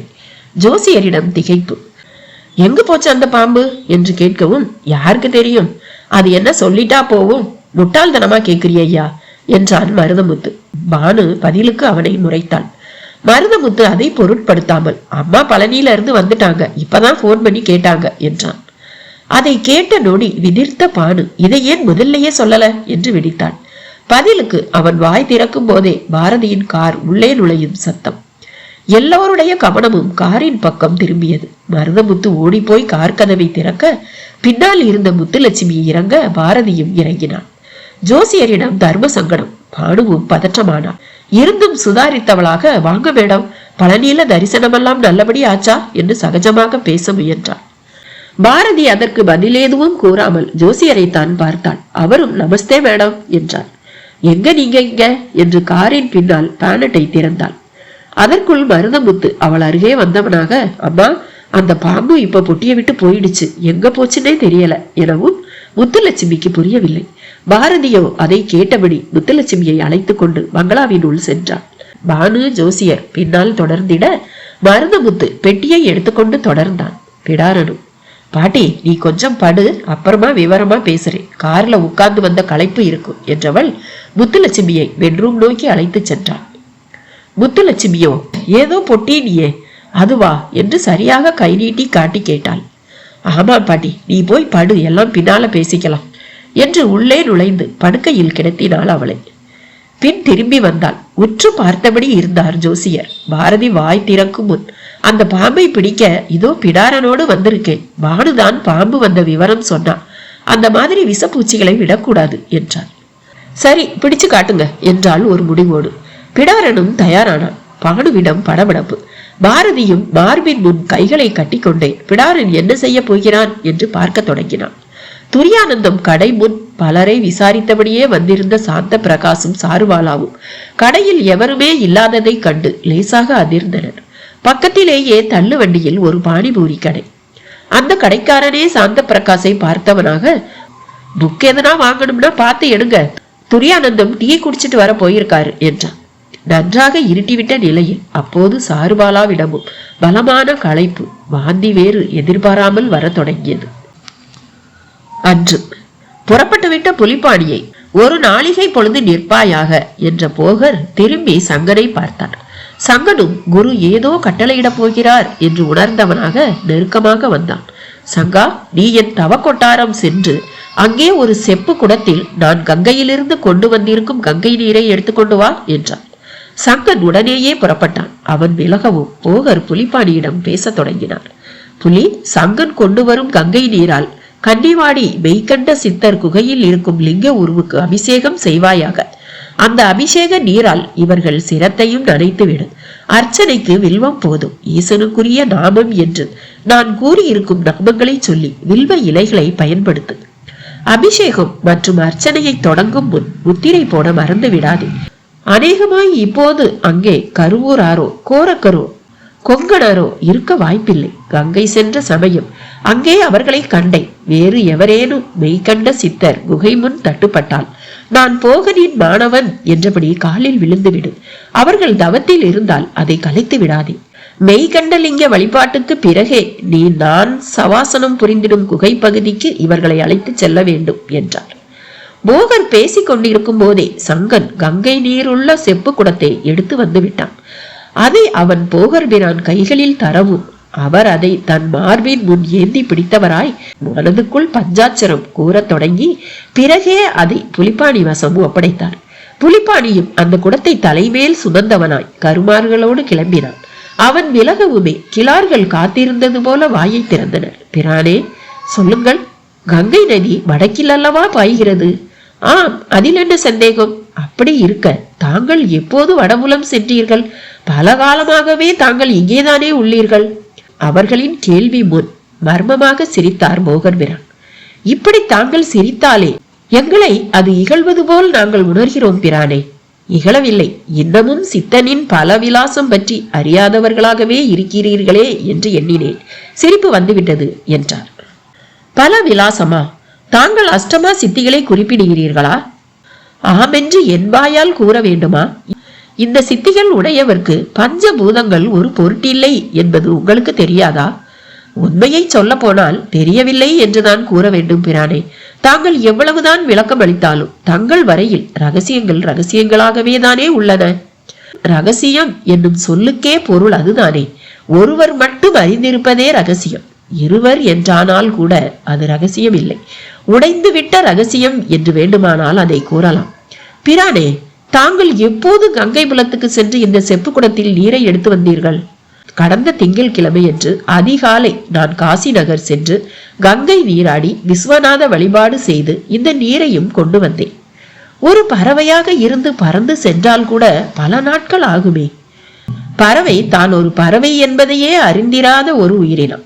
உணர்வால் வாழ்கின்ற ஒன்று. சிறகின் தன்மைக்கும் உடம்பின் சதைக்கும் ஏற்ப அதன் வேகம் அமையும். ஒரு சித்தன் அறிவு, ஞானம் மற்றும் உலகின் பேராற்றல்களை பயன்படுத்த தெரிந்தவன். நமக்கிடையே உள்ள இடைவெளிக்குள் உலாவரும் காற்றினுள் தீக்கங்குகளும் உள்ளன. அதை காட்டட்டுமா என்று கேட்ட போகர் அருகில் கிடந்த 2 கற்களை எடுத்து உரசவும் தீப்பொறிகள் வெளிப்பட்டன. இதே இடைவெளிக்குள் தான் நீரும் உள்ளது, எடுத்து காட்டவா என்ற போகர் பிரான் 2 கைகளை பந்து போல் மூடிக்கொண்ட நிலையில் விரல் இடுக்கில் சிறு துவாரம் ஏற்படுத்தி அதனுள் மிகுந்த விசையோடு வெப்பக்காற்றை ஊதியவராய் சில நொடிகள் சென்ற நிலையில் கையை விடுவிக்க உள்பாகம் முழுவதும் வியர்த்து நீர் ஒழுகியது. தொடர்ந்து ஒரு கோலை எடுத்தவர் அதை மெல்ல சுழற்றினார். கோல் வட்ட வடிவம் காட்டி சுழன்றது. வேகம் கூட கூட கோல் மறைந்து வட்ட வடிவமும் மறைந்து கோல் இருப்பதே கண்களுக்கு புலனாகவில்லை. பின் வேகம் குறையவும் கோல் புலனானது. நீங்களும் மிக வேகமாக சுழல முடிந்தால் கண்களுக்கு புலப்பட மாட்டீர்கள். அதற்காக நீங்கள் இல்லாமல் போகிறீர்கள் என்று பொருள் இல்லையே. நான் இங்கே செய்து காட்டிய எதுவும் மாயமில்லை. இது ஒரு வகை அறிவியலே. போகரின் விளக்கத்தால் மிரட்சியடைந்து விட்டிருந்த கிளார்களும் சீடர்களும் பிரமித்து நின்றனர். நீங்கள் நுட்ப அறிவு கொண்டிருந்தால் ஒன்றின் சக்தியை அறிந்து அதை பயன்படுத்த இயலும். உதாரணத்திற்கு இங்கே ஒரு ஜட பொருள் செயல்பாட்டை செய்து காட்டுகிறேன் பாருங்கள் என்ற போகர் ஒரு மூங்கில் பட்டையை எடுத்தவராய் இதற்குள் ஒரு சக்தி இருப்பதை இதை வளைத்தால் உணரலாம் என்றவராக வளைத்தார். பின் வளைத்த பிடியை விடவும் அது விசையோடு முன்வந்து பழைய நிலையை அடைந்தது. எப்போதும் இந்த மூங்கில் பட்டைக்குள் இந்த விசைப்பாடு இருக்கவே செய்கிறது. இந்த விசையைத்தான் வில் வடிவில் பயன்படுத்தி விசை சக்தியால் பானம் எய்தி வேட்டைக்கு பயன்படுத்துகிறோம் என்றவர் ஒரு சித்தன் வசப்படுத்தி வைத்திருக்கும் அஷ்டமா சித்திகளும் இதுபோல பிரபஞ்ச சக்திதான். அதை அடையும் பிரயத்தனங்கள் மட்டும்தான் பிரத்யேகமானவை, ரகசியமானவை என்றார். இப்போது நெருப்பை காட்டியது போல நீரை காட்டியது போல வெளிப்படையாக அதை காட்டக்கூடாதா என்றார்கள் கிளார்கள். இதற்கு நான் ஒரு உதாரணத்தை சொல்லி மட்டுமே விளக்க முடியும். நன்றாக கேட்டுக்கொள்ளுங்கள். இந்த உலகில் வெளிப்படையாக காட்சி புலனாக தெரிந்து கொள்ள முடிவது ஒரு பாதி என்றால் விளைவன் பயனாக தெரிந்து கொள்வது மறுபாதி. காட்சி புலன் என்பது நம்மை பெற்ற தாயை போன்றது. அவள் நம்மை சுமந்து பெற்றது என்று அனைத்தையும் உலகம் பார்க்க முடியும். நம்மை நம் தந்தையால் தான் உருக்கொள்ள செய்தாள் என்பது நாம் நம்பி ஏற்க வேண்டிய ஒன்று. சித்த ஏற்பாடுகளை நம்பித்தான் ஏற்க வேண்டும். மாட்டேன் என்றால் சித்தனுக்கு ஒரு குறைவும் நேரிடாது. மாட்டேன் என்பவருக்குத்தான் குறைவு உண்டாகும். நல்லது பிரானே, இந்த கங்கை நீரை தாங்கள் சங்கனிடம் கொடுத்த காரணம்? கன்னிவாடி மலையில் உள்ள மெய்கண்ட சித்தர் குகையில் இருக்கும் லிங்கத்துக்கு அபிஷேகம் புரியவே என்றார் போகர். அப்படி என்ன இந்த கங்கை நீருக்கு சிறப்பு? இதுவரை நீங்கள் கேட்ட கேள்விகளிலேயே இதுதான் சிறந்த கேள்வி. நன்றாக கேட்டுக்கொள்ளுங்கள். பஞ்சபூதங்களில் பெரியது ஆகாயமை. அந்த ஆகாயத்தில் சுழலும் ஒரு பந்துதான் இந்த பூமி. இந்த பூமியில் பெரியது காற்று. இது இந்த பூமி பந்தை 100 காத உயர அளவுக்கு சுற்றி வளைத்து சுழன்றபடியே இருக்கிறது. அடுத்த பூதம் நீர், பிறகே நிலம், இறுதியாக நெருப்பு. இந்த வகையில் நீர் நடுவில் இருந்து ஆகாயம் மற்றும் காற்றோடு ஒரு புறமும் நிலம் மற்றும் நெருப்போடு ஒரு புறமும் இணைந்து கிரியை புரிந்து 6 நிலைகளை தன்னுள் கொண்டுள்ளது. அதனால்தான் ஓடும் நீருக்கே இங்கே 6 என்று என் பெயர் உண்டாயிற்று. கடல் நீரானது ஆவியாவது முதல் நிகழ்வு, ஆவி மேகமாவது அடுத்த நிகழ்வு, மேகம் மழையாவது 3ஆம் நிகழ்வு, மழை மண்மேல் விழுவது 4ஆம் நிகழ்வு. இதில் மலை மேல் விழும் மழையே சரிந்து அருவியாக விழுந்திடும். இது 5ஆம் நிகழ்வு.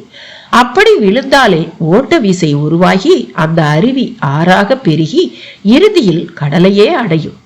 மண்மேல் நேராக விழும் மழை நீர், ஏரி, குளம், குட்டை, கிணறு என்று ஓடும் சக்தியற்று அழுத்தம் மட்டுமே கொண்டிருக்க 6 மட்டுமே ஓடும் சக்தி கொண்டிருக்கும் ஒன்றாக உள்ளது. இதில் கவனிக்க வேண்டிய ஒரு பெரிய நுட்பமும் உள்ளது. அதில் எந்த ஆறாக இருந்தாலும் அதன் ஒரு முனை உயரமான மலையாகவும் மறுமுனை ஆழமான கடலாகவுமே இருக்கும். அவ்வாறு இருந்தாலே அது ஓட இயலும். அப்படி ஓடும்போது ஒரு விசையும் அதனுள் இருக்கும். இதில் ஆற்றில் மூழ்கும் நாம் அதனுள் மூழ்கியிருக்கும் நிலையில் மிக உயரமான நிலை, சமமான நிலை, மிக ஆழமான நிலை என்று 3 நிலைகளோடு தொடர்பு கொண்டவர்களாகவும் ஆகிறோம். இந்த தொடர்பு ஏரி குளத்தில் நமக்கு ஏற்படுவதில்லை. அடுத்து ஆற்றில் குளிக்கையில் ஒரு முறை நம்மேல் பட்ட நீர் மறுமுறை படுவதில்லை. எல்லாவற்றுக்கும் மேலாக நீருக்கு ஒலியை உள்வாங்கும் ஆற்றல் உண்டு. அப்படி தான் வாங்கிய ஒலியை அது மெல்ல விடுவித்தபடியே இருக்கும். இதனால் தான் நம் வாழ்வில் உயிர் ஆதாரத்திற்காக மட்டுமின்றி ஆத்ம வெளிச்சத்துக்கும் நீரை பயன்படுத்தும் ஒரு வழிமுறையை நம் சான்றோர்கள் ஏற்படுத்தினர். நீர் தாகம் தீர்க்கவும் உணவு தயாரிக்கவும் மட்டுமின்றி நம்மை நாம் மேம்படுத்திக் கொள்ளவும் பயன்படும் ஒரு உயிரி. அதனால்தான் நம்மில் புனித நீராடுவது என்பது முதல் ஆலயங்களில் நீரை பிரசாதமாக தருவது என்பது வரை அதை பயன்படுத்துகின்றனர். ஒரு சந்நியாசி தன் சக்தியை தன் கமண்டல நீரில்தான் பாதுகாக்கிறான். நீர் பூதம் மிக பொதுவானது. பயன்படுத்துபவருக்கு ஏற்ப அது பயன் தரும். இதை அசுத்தமும் படுத்தலாம், பிரசாதமும் ஆக்கலாம். அசுத்தப்படுத்தினால் நோயை தரும், பிரசாதப்படுத்தினால் ஆரோக்கியம் தரும். நம் நல்ல எண்ணத்திற்கும் நீருக்கும் கூட பெரும் தொடர்பு உண்டு. நன்றாக இருக்க வேண்டும் என்று எண்ணி ஒரு குவளை நீரை குடிக்க கொடுத்தால் குடிப்பவர் நிச்சயம் நன்மை அடைவார். இது நாசமாய் போக வேண்டும் என்பதற்கும் பொருந்தும். நம் உடம்பின் எண்ண அலைகளும் உயிரோட்ட மின்காந்த அலைகளும் விரல்கள் வழியாகத்தான் வெளிப்படுகின்றன. நீரோடு நாம் தொடர்பு கொள்ளும் போது அந்த நீரில் அவ்வளவு அலைகளும் கலந்து விடுகின்றன. எனவே நீரை மிக கவனமாகவும் மதிப்போடும் அணுக வேண்டும். நீரோடு பேசலாம், உறவாடலாம். நீரால் பிரபஞ்ச பேராற்றல்களை தன்மயப்படுத்தலாம். இது மிதமான வெப்பத்தில் சலனம் கொள்ளும். உறைந்து விட்டாலோ திடவடிவம் கொண்டுவிடும். சலனம் நீங்கிவிடும். உறைந்த பனி வடிவமே இமயம். இமயத்தில் கோயில் கொண்டிருப்பவனே சிவன். இவனை நாம் தியானிக்க தியானிக்க நம் வாழ்க்கை சலனங்களும் உறைந்து திடத்தன்மை கொண்டுவிடும். இதை உணர்த்தும் விதமாகவே பனிமலை இடையே அவன் கைலாயங்கிரி உள்ளது. நீரின் நிகர்த்த உணவு வடிவம் பால். இதுதான் சகல உயிர்களுக்கும் முதல் உணவு. இந்த உணவால் உறுப்புகள் வளர்ந்த பிறகே பிற உணவு. இந்த பாலையே கடலாக கொண்டு அதில் பாம்பனை மேல் கிடப்பவன் விஷ்ணு. இவனை வணங்குவதால் உணவுண்டு வாழும் வாழ்வில் குறைகள் ஏற்படாது. உணவை ஒருவன் பெற மனித சமூகத்தில் செல்வம் வேண்டும். எனவேதான் செல்வ தொடர்புடைய லட்சுமி தேவி விஷ்ணுவின் சம்பந்தம் கொண்டுள்ளார். இந்நீரை தொட்டு இதுபோல நாம் அறிந்து கொள்ள நெடிய சங்கதிகள் பல உண்டு. இதில் கங்கை நீர் புனிதமானது என்று பிற நீரை காட்டிலும் பெரிதாக கருத நுட்பமான ஒரு காரணம் ஒன்று உண்டு. பிற ஆற்று நீர் மலை மேல் விழுந்து மண்ணில் பரவி மண்ணின் குண சம்பந்தத்தோடும் தாவர மூலிகை சம்பந்தத்தோடும் தான் வரும். கங்கை நீர் பனியின் கரைவாகும். காரணம் சூரிய வெப்பமாகும். எனவே ஜில்லென்ற அந்த நீரில் நெருப்பின் தொடர்பு ஒளிந்துள்ளது. நன்றாக தெரிந்து கொள்ளுங்கள். வெப்பம் நீருள் ஒளிந்தால் அது பனி. வெப்பம் காற்றில் ஒளிர்ந்தால் அது நெருப்பு. எனவே வெப்பம் ஒளிர்ந்த நீராகவும் மண் தொடர்பற்றதாகவும் உள்ள நீராக கங்கை நீர் திகழ்வதால், குறிப்பாக இமய கரைவாய் கருதப்படுவதால் சிவ சம்பந்தமும் கீழே பார்க்கடல் நாயகனான விஷ்ணுவின் பாத சம்பந்தமும் கொள்வதால் கங்கை நீர் மற்ற நீரில் இருந்தும் வேறுபட்டு விசையாற்றல் மிகுந்ததாகவும் உள்ளது. அதை கொண்டு பக்தி சிலிர்ப்பு எனும் உணர்வை நாம் கலந்து அபிஷேகம் புரியும் பொழுது அங்கே பேராற்றல் பரவுகிறது. அதை நாம் கூப்பிய கரம் மற்றும் கூர்த்த பார்வை வழியாக நம் உடலில் நிரப்பிக் கொள்கிறோம். இது ஒரு வழிபாடு. அதாவது வழிமுறை செயல் வழிபாடே வழிபாடு என்றானது. இதைத்தான் நான் சங்கரை கொண்டும் புலிப்பாணியை கொண்டும் செய்ய சொன்னேன். நானும் நாமும் சாதிக்க போவது ஒரு பெரும் செயலை, காலகாலத்திற்கும் வாழப்போகும் ஒரு செயலை. அதற்கு அருள் பலமே முதல் தேவை. பொருள் பலம் உடல் பலம் எல்லாம் பிறகே. அந்த அருள் பலத்தின் நிமித்தமே கங்கை நீர் அபிஷேகம். போதுமா? இன்னமும் விளக்கம் வேண்டுமா? போகர்பிரான் கங்கை நீர் நிமித்தம் அளித்த விளக்கத்தில் நீரெனும் பூதத்தையே அவர் ஒட்டுமொத்தமாய் விளக்கிவிட்டதில் சகலரிடமும் ஒரு பிரமிப்பு. கன்னிவாடி மலையின் ஒரு புறம் சிவலிங்க வடிவில் காட்சி தந்து கொண்டிருந்தது. கையில் உள்ள கங்கை நீர் குடத்தை கீழே வைத்துவிட்டு இரு கைகளையும் தலைக்கு மேல் உயர்த்தி ஒரு பெரும் கும்பிடு போட்டான் புலிப்பாணி. அவன் கும்பிடுவதை பார்த்து கருமார்களும் கும்பிட்டனர். காற்று முரடாக திபு திபுவன காதில் அதன் சத்தம் கேட்கும் வண்ணம் வீசியபடி இருந்தது. மலைக்கு கீழே சோமலிங்கபுரம் என்னும் சிற்றூர். புலியும் கருமார்களும் புறவி மேல் ஏறி வந்திருந்தன. அவை மரநிழலில் கட்டப்பட்டிருக்க அவற்றின் மேல் கருமார்களின் கருவி மூட்டைகளும் இருந்தன. கருமார்கள் புலியிடம் கன்னிவாடி மலைத்தொடரை பார்த்தபடியே, நெடிய இம்மலைத்தொடரில் நாங்கள் எங்கே தங்கி அச்சினை பார்க்கப் போகிறோம் என்று கேட்டனர். சிறிது தொலைவில் குகை ஒன்று உள்ளது. போகர்பிரான் அங்கேதான் சவாசனம் புரிந்து உடம்பை விடுவித்துக் கொண்டு உயிரை பிற உயிரற்ற உடம்புக்குள் புகுந்து கூடு விட்டு கூடு பாய்தல் நிகழ்த்துவார். அந்த குகையில்தான் தாங்கள் தங்கி அச்சினை உருவாக்கப் போகிறீர்கள் என்றான். அங்கே மிருக பயம் இருக்காதே என்று ஒரு கருமான் கேட்டபோது ஓநாய் ஒன்றின் மூளை சத்தம் கேட்க தொடங்கியது. இன்று எதிர்பாராமல் வந்துவிட்ட வாந்தியை சாலை என்றும் பாராமல் எடுத்து விட்டாள் சாருபாலா. சாந்த பிரகாஷ் உடனே அவளை தாங்கி பிடித்தவனாக, சாரு என்ன இது, கண்ட்ரோல் யுவர் செல்ஃப் என்றான். அவள் சைகையில் தண்ணீர் கேட்டாள். வேகமாக கார்கதவை திறந்து தண்ணீர் பாட்டிலை எடுத்து வந்து தந்தான். சற்றே பெருமூச்சோடு அதை வாங்கி குடித்தவள் திரும்பவும் வாந்தி எடுத்தாள். இம்முறை புத்தக கடைக்கு அப்பால் சென்று சாலை ஓரமாக எடுத்தாள். இருட்டி விட்டதில் பெரிதாக யாரும் கவனிக்கவில்லை. ஒருவாறு சமாளித்து நிமிர்ந்தவள் லெட் மீ மூவ் என்றாள் பெருமூச்சோடு. டாக்டர் கிட்ட போவோமா சாரு? நோ, இது மசக்கை வாந்தி. குவைட் நேச்சர் சந்து. Let me move. First I need bed rest. அப்ப இந்த கடைக்காரனை நாளைக்கு பாத்துக்கலாமா? எஸ், நாளைக்கு வந்து விசாரிப்போம் என்றபடி காரில் சாருபாலா ஏறிக்கொள்ள காரும் புறப்பட்டது. சொல்லி வைத்த மாதிரி அவர்கள் விலகவும் துரியானந்தம் வரவும் சரியாக இருந்தது. பேல்பூரி கடைக்காரன் துரியானந்தத்திடம் கொஞ்சம் முந்தி வந்திருக்க கூடாது, ஒரு பெரிய பார்ட்டி கார்லயே வந்திருந்தாங்க, வெயிட் பண்ண நேரம் இல்லாம போயிட்டாங்க என்றான். துரியானந்தம் முகத்திலும் ஏமாற்ற ரேகை ஓட ஆரம்பித்தது. அந்த பிடாரன் தன் மகிடி மூலம் பங்களாவை சுற்றி சுற்றி வந்து விட்டான். ஒரு பிரயோஜனமும் இல்லை. முத்துலட்சுமி கூட மகிடி சத்தம் கேட்டு எழுந்து வந்து மலங்க மலங்க பார்த்தான். தோட்டக்கார மருதமுத்து ஒருபுறம், சமையல்கார ஆரோக்கியமேரி என்கிற அடைக்கலம்மா ஒருபுறம், பாடு ஒருபுறம், அந்த ஜோதிடர் ஒருபுறம் என்று ஆளாளுக்கு ஒரு புறத்தில் நின்று கூர்ந்து பார்த்தபடியே இருந்தனர். ஆனால் பாம்பு ஒன்று இருந்தால்தானே அகப்படுவதற்கு? இறுதியில் பிடாரன் இளைத்த மார்போடு மூச்செறிய ஜோதிடரிடம் வந்து, அது இப்ப இந்த வீட்டுக்குள்ள எங்கேயும் இல்லை, ஏதாவது பாதாள குழி வழியா வெளியேறி போயிருக்கும், உள்ள இருந்திருந்தா என் மகுடிக்கு அது வந்தே தீரணும் என்றான். மௌனமாயும் ஆழமாயும் பார்த்தபடி இருந்த பாரதி பிடாரன் அருகில் வந்தவளாக, பாம்புக்கு காது கிடையாது, அது அதிர்வால் தான் எதையும் உணரும்னு சயின்ஸ் சொல்லுது, அப்புறம் எப்படி மகுடிக்கு அது பிடிபடும் என்று ஆரம்பித்தாள். அந்த கேள்வி பிடாரனை எதுவும் செய்யவில்லை. ஆனால் ஜோதிடர் கிருஷ்ணகுமார் நந்தா முகம் கசங்கினார். பிடாரனோ, இத்தால எம்புட்டு பாம்புகளை எல்லாம் பிடிச்சிருக்கேன் தெரியுமா, இல்லாட்டி என்ன கூப்பிடுவாங்களா என்றான். என்ன மிஸ்டர் நந்தா, என் கேள்விக்கு இதுவா பதில் என்று பாரதி அவர் பக்கம் திரும்பினாள். மேடம் ஜி, இப்ப இந்த கேள்வியை எதுக்கு கேக்குறீங்க? உங்களுக்கு இவன் மேல நம்பிக்கை இல்லாட்டி விட்டுடுங்க. சரி, விட்டுடுறேன். ஆமா, உங்களுக்கு ஏன் இந்த பொட்டி மேல இவ்வளவு அக்கறை? மிக நிதானமாக ஆனால் மிகுந்த அழுத்தத்துடன் கேட்டான். அக்கறை அக்கறை குச் நகி, ஒரு காமன் இன்ட்ரெஸ்ட். ஒரு பாம்பு ஒரு பொட்டியை சுத்தி வருதுன்னா சம்திங் இஸ் தேர், அதான். நிஜமா அவ்வளவுதானா? Yes, that's all. அப்ப பாம்புக்கும் பொட்டிக்கும் சம்பந்தம் இருக்குதா? இது ஒரு ஆன்டிக்ஸ் ஐட்டம். பாம்பு நடமாட்டமும் செடி கொடியுள்ள ஒரு வீட்டுல சகஜம். நீங்க எதை வச்சு ரெண்டையும் கனெக்ட் பண்றீங்க? நோ, இது ஆன்டிக்ஸ் ஐட்டம் இல்ல. பாம்பு வழக்கமான பாம்பு இல்ல மேடம் ஜி, பழைய புத்தக கடையில வாங்கினவன் நான். அப்படித்தான் டைம் வேலை செய்யும். டைம் எல்லாம் வேலை செய்யாது, டயத்துக்குள்ள நாம தான் வேலை செய்யணும்.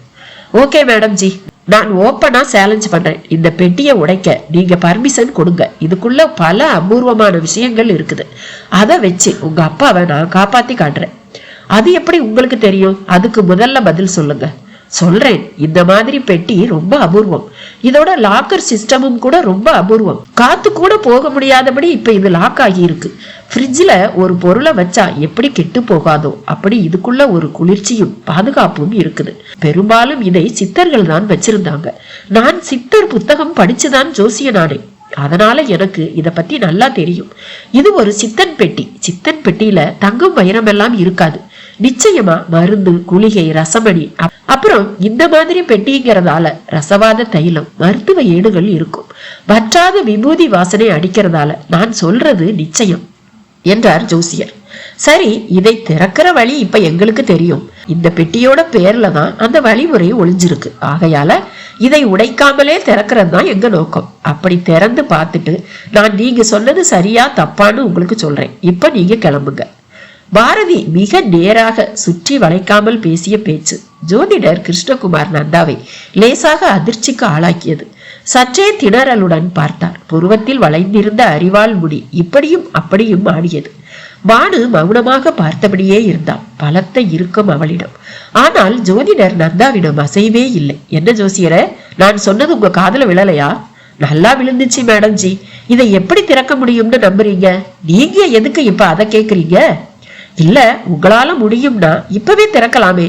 நானும் இருக்கேன். நான் சொன்னபடி எல்லாம் இருந்தா அப்புறம் என் பேச்சை நீங்க கேப்பீங்க தானே? மிஸ்டர் நந்தா, நான் நல்லத யார் சொன்னாலும் கேட்கிறவ. மற்றபடி யார் எது சொன்னாலும் கேட்கிறவ கிடையாது. குறிப்பா ஜோதிடர்களை நான் மதிக்க விரும்பல. உங்களுக்கு புரியும்னு நம்புறேன். Please leave me.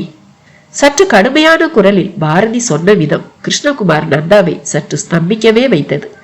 இப்ப சொல்றேன் மேடம்ஜி, இந்த பெட்டியில தான் உங்க அப்பாவுக்கு மருந்து இருக்கு. அவர் கட்டாயம் பிழைப்பார். அதை நான் சாதிப்பேன். ஆனா உங்களால இந்த பெட்டியை வச்சு எதுவும் செய்ய முடியாது. உங்க அப்பா பிழைக்க மாட்டார்னு டாக்டர்கள் சொல்லிட்டாங்க. 75% சான்ஸ் இல்லை, 25% தான் சான்ஸ். அதுவும் குறைஞ்சிக்கிட்டே தான் போகும். உங்க பிடிவாதத்தினால உங்க அப்பாவை மிஸ் பண்ணிடாதீங்க. நான் சொன்ன மாதிரி இருந்தா தயவு செஞ்சு என்னை கூப்பிடுங்க என்று வேகமாக புறப்பட்டார் அந்த ஜோதிடர். பானுவிடம் தவிப்பு. மெல்ல அவளும் பின்தொடர்ந்தாள். செல்லும் போது ஜோதிடர் பார்வை வாளின் மேலும் சென்றது. நெருங்கி சென்று உற்று பார்த்தவர், இது கூடவே ஒரு துர்தேவதை இருக்கு. அதுக்கு ரத்தம் தான் ரொம்ப இஷ்டம். ஒரு காட்டு கடவுளோட ஏவல் சக்தி தான் அந்த துர்தேவதை. எப்ப யார் இந்த வாளை அந்த கடவுளை வணங்காம வெளியே எடுத்தாலும் இந்த துர்தேவதை ரத்தம் பார்த்திடும். மற்றபடி அப்படி ரத்தம் பார்க்கலைன்னா எடுத்தவங்க ரொம்ப நல்லவங்கன்னு அர்த்தம். நான் சொல்றது சரியாங்கிறத இப்பவே கூட பரிசோதனை பண்ணி பார்க்கலாம் என்ற ஜோதிடர் விடாரனை அழைத்து வாளை வெளியே எடுக்க சொல்ல அவனும் தயங்கியபடியே வெளியே உருவினான். அப்படியும் வாள்முனை அவன் வயிற்றில் உரசி ரத்தம் தெரித்தது. முத்துலட்சுமிக்கு அதை பார்க்கவே மயக்கமே வரும் போல இருந்தது. இப்போது ஜோதிடரே வாளை உரைக்குள் போட்டுவிட்டு திரும்ப உருவ விளைந்தவராக, இது எந்த சாமிக்கு சொந்தமோ அந்த சாமிக்கு என் பரம நமஸ்காரம் என்றபடியே வாளை உருவினார். எந்த காயமும் இன்றி வாள் அவர் கையில் விண்ணியது. இந்த வாளாலையும் பல நல்ல காரியங்களை சாதிக்கலாம். ஆனா நான் சொல்றத நம்பணும். நம்புவீங்க, போக போக நம்புவீங்க. வரேன் என்று வெளியில் நிற்கும் தன் படகு கார் நோக்கி நடந்தார். பாரதியிடம் கூட ஒரு ஸ்தம்பிப்பு. தமிழ் வாணி அலுவலகம்.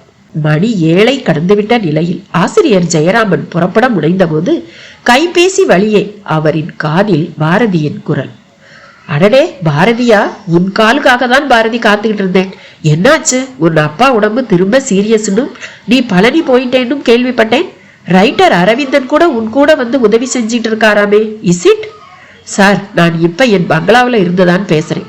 ரொம்பவே குழப்பமான ஒரு சூழ்நிலையில இருக்கேன். உங்க கூட பேசினா தெளிவு கிடைக்கும்னு தோணுது. உங்க அப்பாயின்மெண்ட் வேணும், கிடைக்குமா? இப்பவே பேசணுமா பாரதி? ஆமா சார். அரவிந்தன் கூட இருக்காரா? இல்ல, அவர் பழனியில இருந்து வந்துட்டு இருக்காரு. நான் முன்னால வந்துட்டேன். அப்ப இப்ப உன் வீட்டுல உன் கூட யாரு இருக்கா?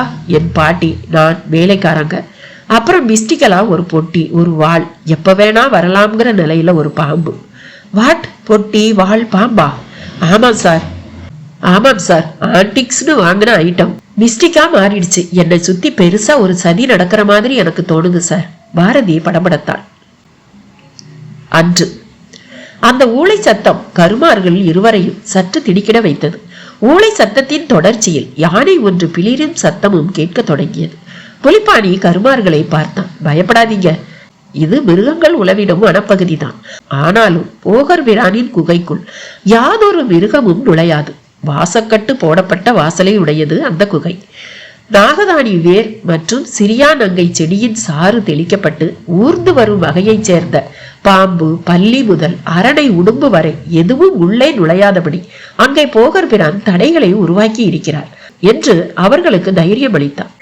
எல்லாம் சரி, நாங்கள் குகையை விட்டு கொல்லவும் தள்ளவும் வெளியே செல்ல வேண்டி வருமே, அப்போது என்ன செய்வது என்று கேட்டான் கர்மார்களில் ஒருவனான செங்கான் என்பவன். இதற்காக நீங்கள் வனப்பகுதிக்கு செல்ல தேவையில்லை. குகைக்கு மேலேயே நிறைய கற்சுனைகள் உள்ளன. அவற்றை ஒட்டி இலந்தை, நோனா முதலிய மரங்கள் வளர்ந்திருக்கும். மண் பரப்பும் உள்ளது. அதில் குழிகள் தோண்டி கழிப்பு மலம் சேரவும் மண்ணை கொண்டு திரும்ப மூடிவிடலாம். மலவாசலை சுத்தம் செய்திட சுனை நீரை சருமங்களில் கொணர்ந்து பயன்படுத்தலாம். தாங்கள் நீராட விரும்பினால் ஓடைகளும் சிற்றருவிகளும் ஏராளமாக உள்ளன. உங்களுக்கான உணவினை நான் தினமும் கொண்டு வந்து விடுவேன். புலிப்பாணி அவர்கள் கேள்வி கேட்க இடமே இன்றி பேசினான். கூதை காற்று வீசுமோ? ஆளிமுத்து என்பவன் இந்த கேள்வியை கேட்டான். நிச்சயமாக, அதில் என்ன சந்தேகம்? அப்படி என்றால் அதிகாலையில் உறைபனி இருக்குமே. அவ்வளவாக இராது. ஆயினும் திறந்த மேனி எனில் பற்கள் கிட்டி கொள்ளும் என்றான்.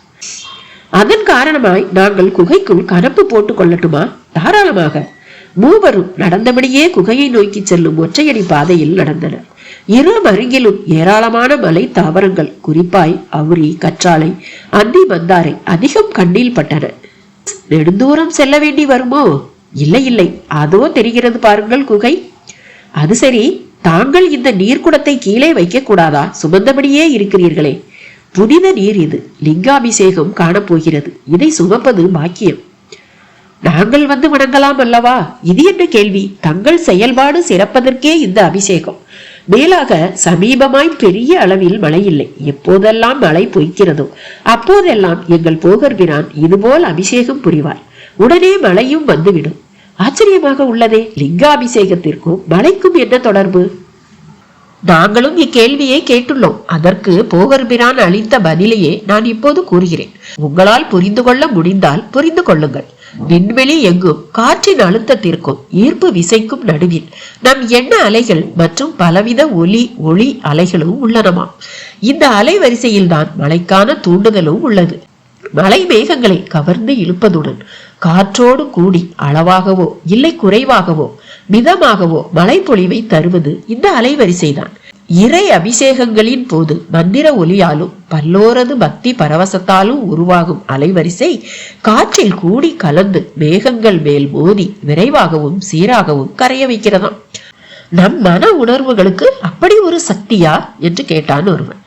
அதில் சந்தேகமே வேண்டாம். போகர்பிரான் உங்களுக்கு தீட்சை அளித்து விட்டபடியால் இனி உங்கள் என்ன அலைகளும் மிக பலமானவையே. எனவே நீங்கள் இனி நினைப்பதெல்லாமும் கூட பலித்திடும். நினைப்பதெல்லாமே பலித்திடுமா? நம்ப முடியவில்லையே. வேண்டுமானால் பரிசோதனை செய்து பார்க்கலாமா? பரிசோதனை எனும் போதே அங்கே ஒரு வகை சந்தேகமும் வந்து விடுகிறது. பூரண நம்பிக்கையோடு நீங்கள் நினையுங்கள், நிச்சயம் பலிக்கும். நீங்கள் எவ்வளவு சொன்னாலும் துளியாவது சந்தேகம் இருக்கவே செய்யும். அனுபவப்படாமல் நம்பிக்கை வரவே வராது அல்லவா? சரி, உங்களை சொல்லும் நான் உங்களுக்காக 100% நம்பிக்கையோடு உங்கள் விருப்பத்தை ஈடேற்ற சித்தமாக உள்ளேன். நீங்கள் விரும்பும் ஏதாவது ஒன்றை சொல்லுங்கள் பார்ப்போம் என்றான் புலிப்பாணி. புலிப்பாணி அப்படி சொல்லவும் கருமார்கள் இருவருமே திகைத்து போய் என்ன கேட்பது, எந்த விருப்பத்தை சொல்வது என்று தடுமாறி சற்றே விளையாட்டாக, எங்களுக்கு இப்போது நன்கு பசிக்கிறது, நாங்கள் ருசித்து உண்ண அறுசுவை உணவு கிடைக்குமா என்று கேட்டனர். உங்களை குகையில் தங்க வைத்துவிட்டு நான் போய் அதை கொண்டு வந்து விடுவேனே, இது ஒரு விருப்பமா என்ன? வேறு ஒன்றை சொல்லுங்கள் என்றான். வேறு வேறு என்று தாடையை தடவியவர்கள் என்று பெரிதாக முகம் மலர்ந்தவர்களாய், நாங்கள் கருவூர் சித்தரை கண்டு எங்கள் குலத்தொழில் நிமித்தம் அநேக கருத்துக்களை தெரிந்து கொள்ள விரும்புகிறோம். கருவூரார் ஆகம சாத்திரமும் கட்டட கலையும் கற்ற பெரும் நிபுணர் என்று கேள்விப்பட்டிருக்கிறோம். விண்ணில் இருந்து மண்ணுக்கு வந்த பிரம்ம சிருஷ்டிகளான விஸ்வகர்மாக்களின் மரபில் வந்தவர்களே நாங்களும். மண், மரம், உலோகம், கல், ரசம் எனும் 5இல் நாங்கள் உலோக பிரிவில் சென்று விட்டவர்கள். மரத்திற்கு ஒரு பிரிவும், கல்லுக்கு ஒரு பிரிவும், மண்ணுக்கு ஒரு பிரிவும், ரசமாகிய ஓவியத்திற்கு ஒரு பிரிவும் என்று எங்களை வகைப்படுத்தி விட்டதாக கூறுவார்கள். மொத்தத்தில் கலா பஞ்சமர் என்று சுருக்கமாக கூறி தனியே எங்களுக்கு உலோக கருமர் என்ற அடையாளத்தை அளித்தனர். காலத்தால் நாங்கள் அநேக மாற்றங்களை சந்தித்து இந்த சேர சோழ பாண்டிய மண்டலங்களில் பலவிதமாய் விழிக்கப்படுகிறோம். கொல்லன், கருமான், சிற்பி, வரைஞ்சன், கொத்தன், தச்சன் என்று எங்களுக்கு பல பல பெயர்கள். இப்படிப்பட்ட எங்கள் கூட்டத்தில் இருந்தும் ஒரு சித்தன் உருவாகி இருப்பது எங்களுக்கு பெருமை சேர்க்கும் விஷயம் அல்லவா? ஆளிமுத்து நெஞ்சை நிமிர்த்தி கொண்டு கேட்டான். அதை கேட்ட புலிப்பாணிக்குள்ளும் ஒரு மலர்ச்சி. அற்புதம் அற்புதம், இது உள்ளபடியே மிகச்சிறந்த விருப்பம். கருவூராரை பற்றி நான் கூட கேள்விதான் பட்டிருக்கிறேன், நேரில் கண்டதில்லை. தஞ்சை சோழனின் ஒரு சிவாலய நிர்மாணத்தில் அவர் பங்கு பற்றி போகர்பிரான் ஒரு சமயம் விரிவாகவே சொல்லியுள்ளார். தாயின் கருவில் இருக்கும் போதே ஆகமக்கலை ஞானத்தை பெற்றுவிட்டவராம் அவர். மண்குணம், கல்குணம், உலோக குணம், மரகுணம், தைல குணம் என்று சகலத்தின் குணங்களையும் ஸ்பரிசத்தாலும் தட்டி பார்த்தும் மோந்து பார்த்தும் பரிசோதித்தும் அறிவதில் நிபுணர் என்பார் போகர்பிரான். ஒரு முறை போகர்பிரானிடம் யவனகாந்தி எனும் மூப்பை வெல்லும் லேகியத்தை பெற்று அதை உண்டவரும் கூட. எனவே நமக்கு 1 நூற்றாண்டு என்பது அவருக்கு 10 வருடங்களுக்கு சமம் என்பார் போகர்பிரான். அப்படிப்பட்டவர் இப்போது எங்கே இருக்கிறாரோ எப்படி இருக்கிறாரோ தெரியாது. ஆனாலும் காசிக்கு சென்ற இடத்தில் அவரை பார்த்ததாக போகர்பிரான் கூறியது எனக்கு நம்பிக்கை தருகிறது. எனவே அவர் தவத்திலோ இல்லை ஜீவ சமாதிக்குள்ளோ, அதுவும் அன்றி இமயத்திலோ இருக்க வாய்ப்பில்லை. அநேகமாக அவர் பொதிகை மலைப்புறத்திலோ இல்லை பான தீர்த்த அருவி மருங்கிலோ இருக்கக்கூடும். ரசவாதத்திலும் அஷ்டமா சித்தியிலும் அதி தேர்ந்தவர். எனவே உளமாற நான் இப்போது அவரை தியானிக்க போகிறேன். நிச்சயம் என் தியான வீச்சில் அவர் திரேக அலை தொடர்பு ஏற்பட்டு அவர் என் விருப்பமாகிய உங்கள் விருப்பத்தை அறிந்து இங்கு வருவார் என்று நம்புவோம். என் குருவாகிய போகர்பிரானின் தீட்சை என்பது இறையருளுக்கு இணையானது என்றால் இன்று நாம் கருவூர் சித்தரை சந்திக்கப் போவது நிச்சயம் என்று உறுதிபட கூறினான் புலிப்பாணி. கருமார்கள் இருவர் முகத்திலும் ஒரு வகை புலகாங்கித உணர்வு தென்பட ஆரம்பித்தது. அதே வேளை குகை வாயிலும் வந்துவிட்டது. மேலேறி வந்த முனைப்பில் மேரி மேல் வியர்வை துளிர்த்து மண்புழுக்கள் நெளிவது போல அது நெளிந்தபடி இருக்க சில்லென்ற காற்று மேனி வருடி இதம் இதம் என்றது. செங்கான் தன் தலைப்பாகையை அவிழ்த்து தோளையும் கழுத்தையும் துடைத்து கொண்டான். நல்ல கருப்பு நிறத்தால் ஆன நீண்ட கூந்தல் அவனுக்கு. வீசும் காற்றில் விடவிடத்து பறந்தது அது. இதுதான் நீங்கள் அச்சினை வார்க்க போகும் குகை. உள்ளே இன்னமும் குளுமையாக இருக்கும் என்ற புலிப்பாணி கையில் உள்ள செப்பு குடத்தை தலைமேல் வைத்துக் கொண்டே குகைக்குள் நுழைந்து அவர்களுக்கும் காட்டினான். உள்ளே மிக சுத்தமாய் இருந்தது. குகைகளில் பெரும்பாலும் கரடிகள் படுத்திருக்கும், வவ்வால்களும் அடைந்திருக்கும். அவற்றின் கழிவு நாற்றம் மூக்கை சினுப்பும். இங்கே அவ்வாறெல்லாம் இல்லை. சமதளமாக இருந்தது கீழ்ப்பாகம். மேலே திருவாச்சி போல் வளைவு, பக்கவாட்டில் அளவான பொந்துகள், அவற்றில் பீகான் கிண்ணங்கள், மண் கலயங்கள் கண்ணில் பட்டன. ஒரு கல் மேடை மேல் மயில் பீரியால் ஆன பரிக்கட்டு காணப்பட்டது. ஒரு குறிப்பிட்ட இடத்தில் ஓம் என்கிற எழுத்தை எழுதி அதனுடைய வேலையும் சரிவாக வரைந்திருந்தார் போகர். அதற்கு மேலுள்ள இடத்தில் கல் படுக்கை ஒளிகொண்டு வெட்டப்பட்டிருந்தது. படுக்கை கல்லில் கால் வைக்கவும் சிலுசிலுப்பு அப்பி எடுத்தது. குண்டலி கபாலம் வரை அந்த சிலுசிலுப்பு உடம்பின் வழி மேலேறி மொத்த உடலையும் சிலிர்க்க செய்தது. இந்த இடம் எங்களுக்கு மிக இதமான உணர்வை தருகிறது. காலமெல்லாம் இங்கேயே இருந்து விடலாமா என்று கூட தோன்றுகிறது என்றான் செங்கான். போகர்பிரானின் ஆசைக்குரிய இடங்களில் இதுவும் ஒன்று. இங்கே அவர் தவம், தியானம், ஆசனம், யோகம், பயிற்சி, வரைதல் என்று பல காரியங்கள் புரிவார். அப்பளுக்கின்றி அச்சு அமைய இது போல ஓர் இடமே மிக தோது என்றே இங்கே உங்களை படித்துள்ளார். மிக்க மகிழ்ச்சி. உங்களின் அடுத்த திட்டம்? கீழே இருக்கும் மெய்கண்ட சித்தரின் குகைப்புலம் சென்று அங்குள்ள லிங்கத்துக்கு இந்த கங்கை நீரை அபிஷேகம் செய்வதுதான் என்றான் புலிப்பாணி. நாங்கள் வரலாம் அல்லவா? உங்களுக்குத்தான் இந்த அபிஷேகமே. உங்களின் தொழில் கருவிகளையும் கொண்டு வாருங்கள். அங்கு வைத்து வணங்கிவிட்டு பின் இங்கு வருவோம் என்றான் புலிப்பாணி. மெய்கண்ட சித்தர் குகை வெகு தூரமோ? இல்லை, அருகில்தான் உள்ளது. அந்த வடமேற்கு மூலையில் இருந்து பார்த்தால் பருத்து வளர்ந்திருக்கும் வில்வ மரங்களோடு நன்கு தெரியும். ஹரிகேச பர்வதம் என்றும் இந்த மலைப்பகுதியை சொல்வார்கள் என்ற புலிப்பாணி அந்த குகைக்கு வெளியே வடகிழக்கு மூலைக்கு சென்று கீழே சரிவை காட்டினான். அந்த குகையும் மரமும் தெரிந்தது. மெய்கண்ட சித்தர் என்பவர்தான் அங்கு இருக்கிறாரா? அதனால்தான் அந்த பெயரா? ஆமாம், வாழ்வில் எது மெய் எனும் உண்மையை கண்டறிந்துவிட்ட காரணத்தால் காரண பெயராகவே மெய்கண்ட சித்தர் என்று அவரை எல்லோரும் அழைக்கின்றனர். அவர் தரிசனமும் நமக்கு வாய்க்குமா என்று கேட்டான் செங்கான். அவரும் ஒரு மலை சஞ்சாரிதான். குறிப்பாக சதுரகிரி எனப்படும் பூலோக கைலாய மலைத்தலத்துக்கு சென்று விடுபவர். நமக்கு கொடுப்பினை இருந்தால் அவரது தரிசனமும் நமக்கு வாய்க்கலாம் என்ற புலிப்பாணி பேசிக்கொண்டே மலைச்சரிவில் இறங்கி புதர்களை குடைந்து கடந்து ஒருவாறு மெய்கண்ட சித்தர் குகை புலத்தை அடைந்தனர். குகையே லிங்க வடிவில் தென்பட்டு ஒரு பரவச உணர்வை ஏற்படுத்தியது. ஒரு விவசாய குடியைச் சேர்ந்த குடும்பம் படையல் வழிபாட்டிற்கு வந்திருந்தது. வந்த இடத்தில் ஓரமாய் மரத்தடியில் படையல் உணவு தயாராகி கொண்டிருந்தது. வாசம் மூக்கை குடைந்தது. கருமார் இருவரும் பசியோடு இருப்பதாலும் முன்பே அந்த விருப்பத்தை சொல்லி இருந்ததாலும் குகையை உற்று நோக்குவதை விட மரத்தடி சமையலை பார்ப்பதில் மிகுந்த நாட்டம் கொண்டனர். புலிப்பாடியும் புரிந்து கொண்டான். பசி வந்தால் 10ம் பறந்து போய்விடும். பசி ஓர் உயிரின் நோய்க்கு நோய், மருந்துக்கு மருந்து. அதனால்தான் போகரின் கொட்டாரத்தில் அன்னசாலைக்கு பிரதான இடம். வயிற்றை நிறைத்து விட்டால் பின் மனதை நிறைப்பது சுலபம்.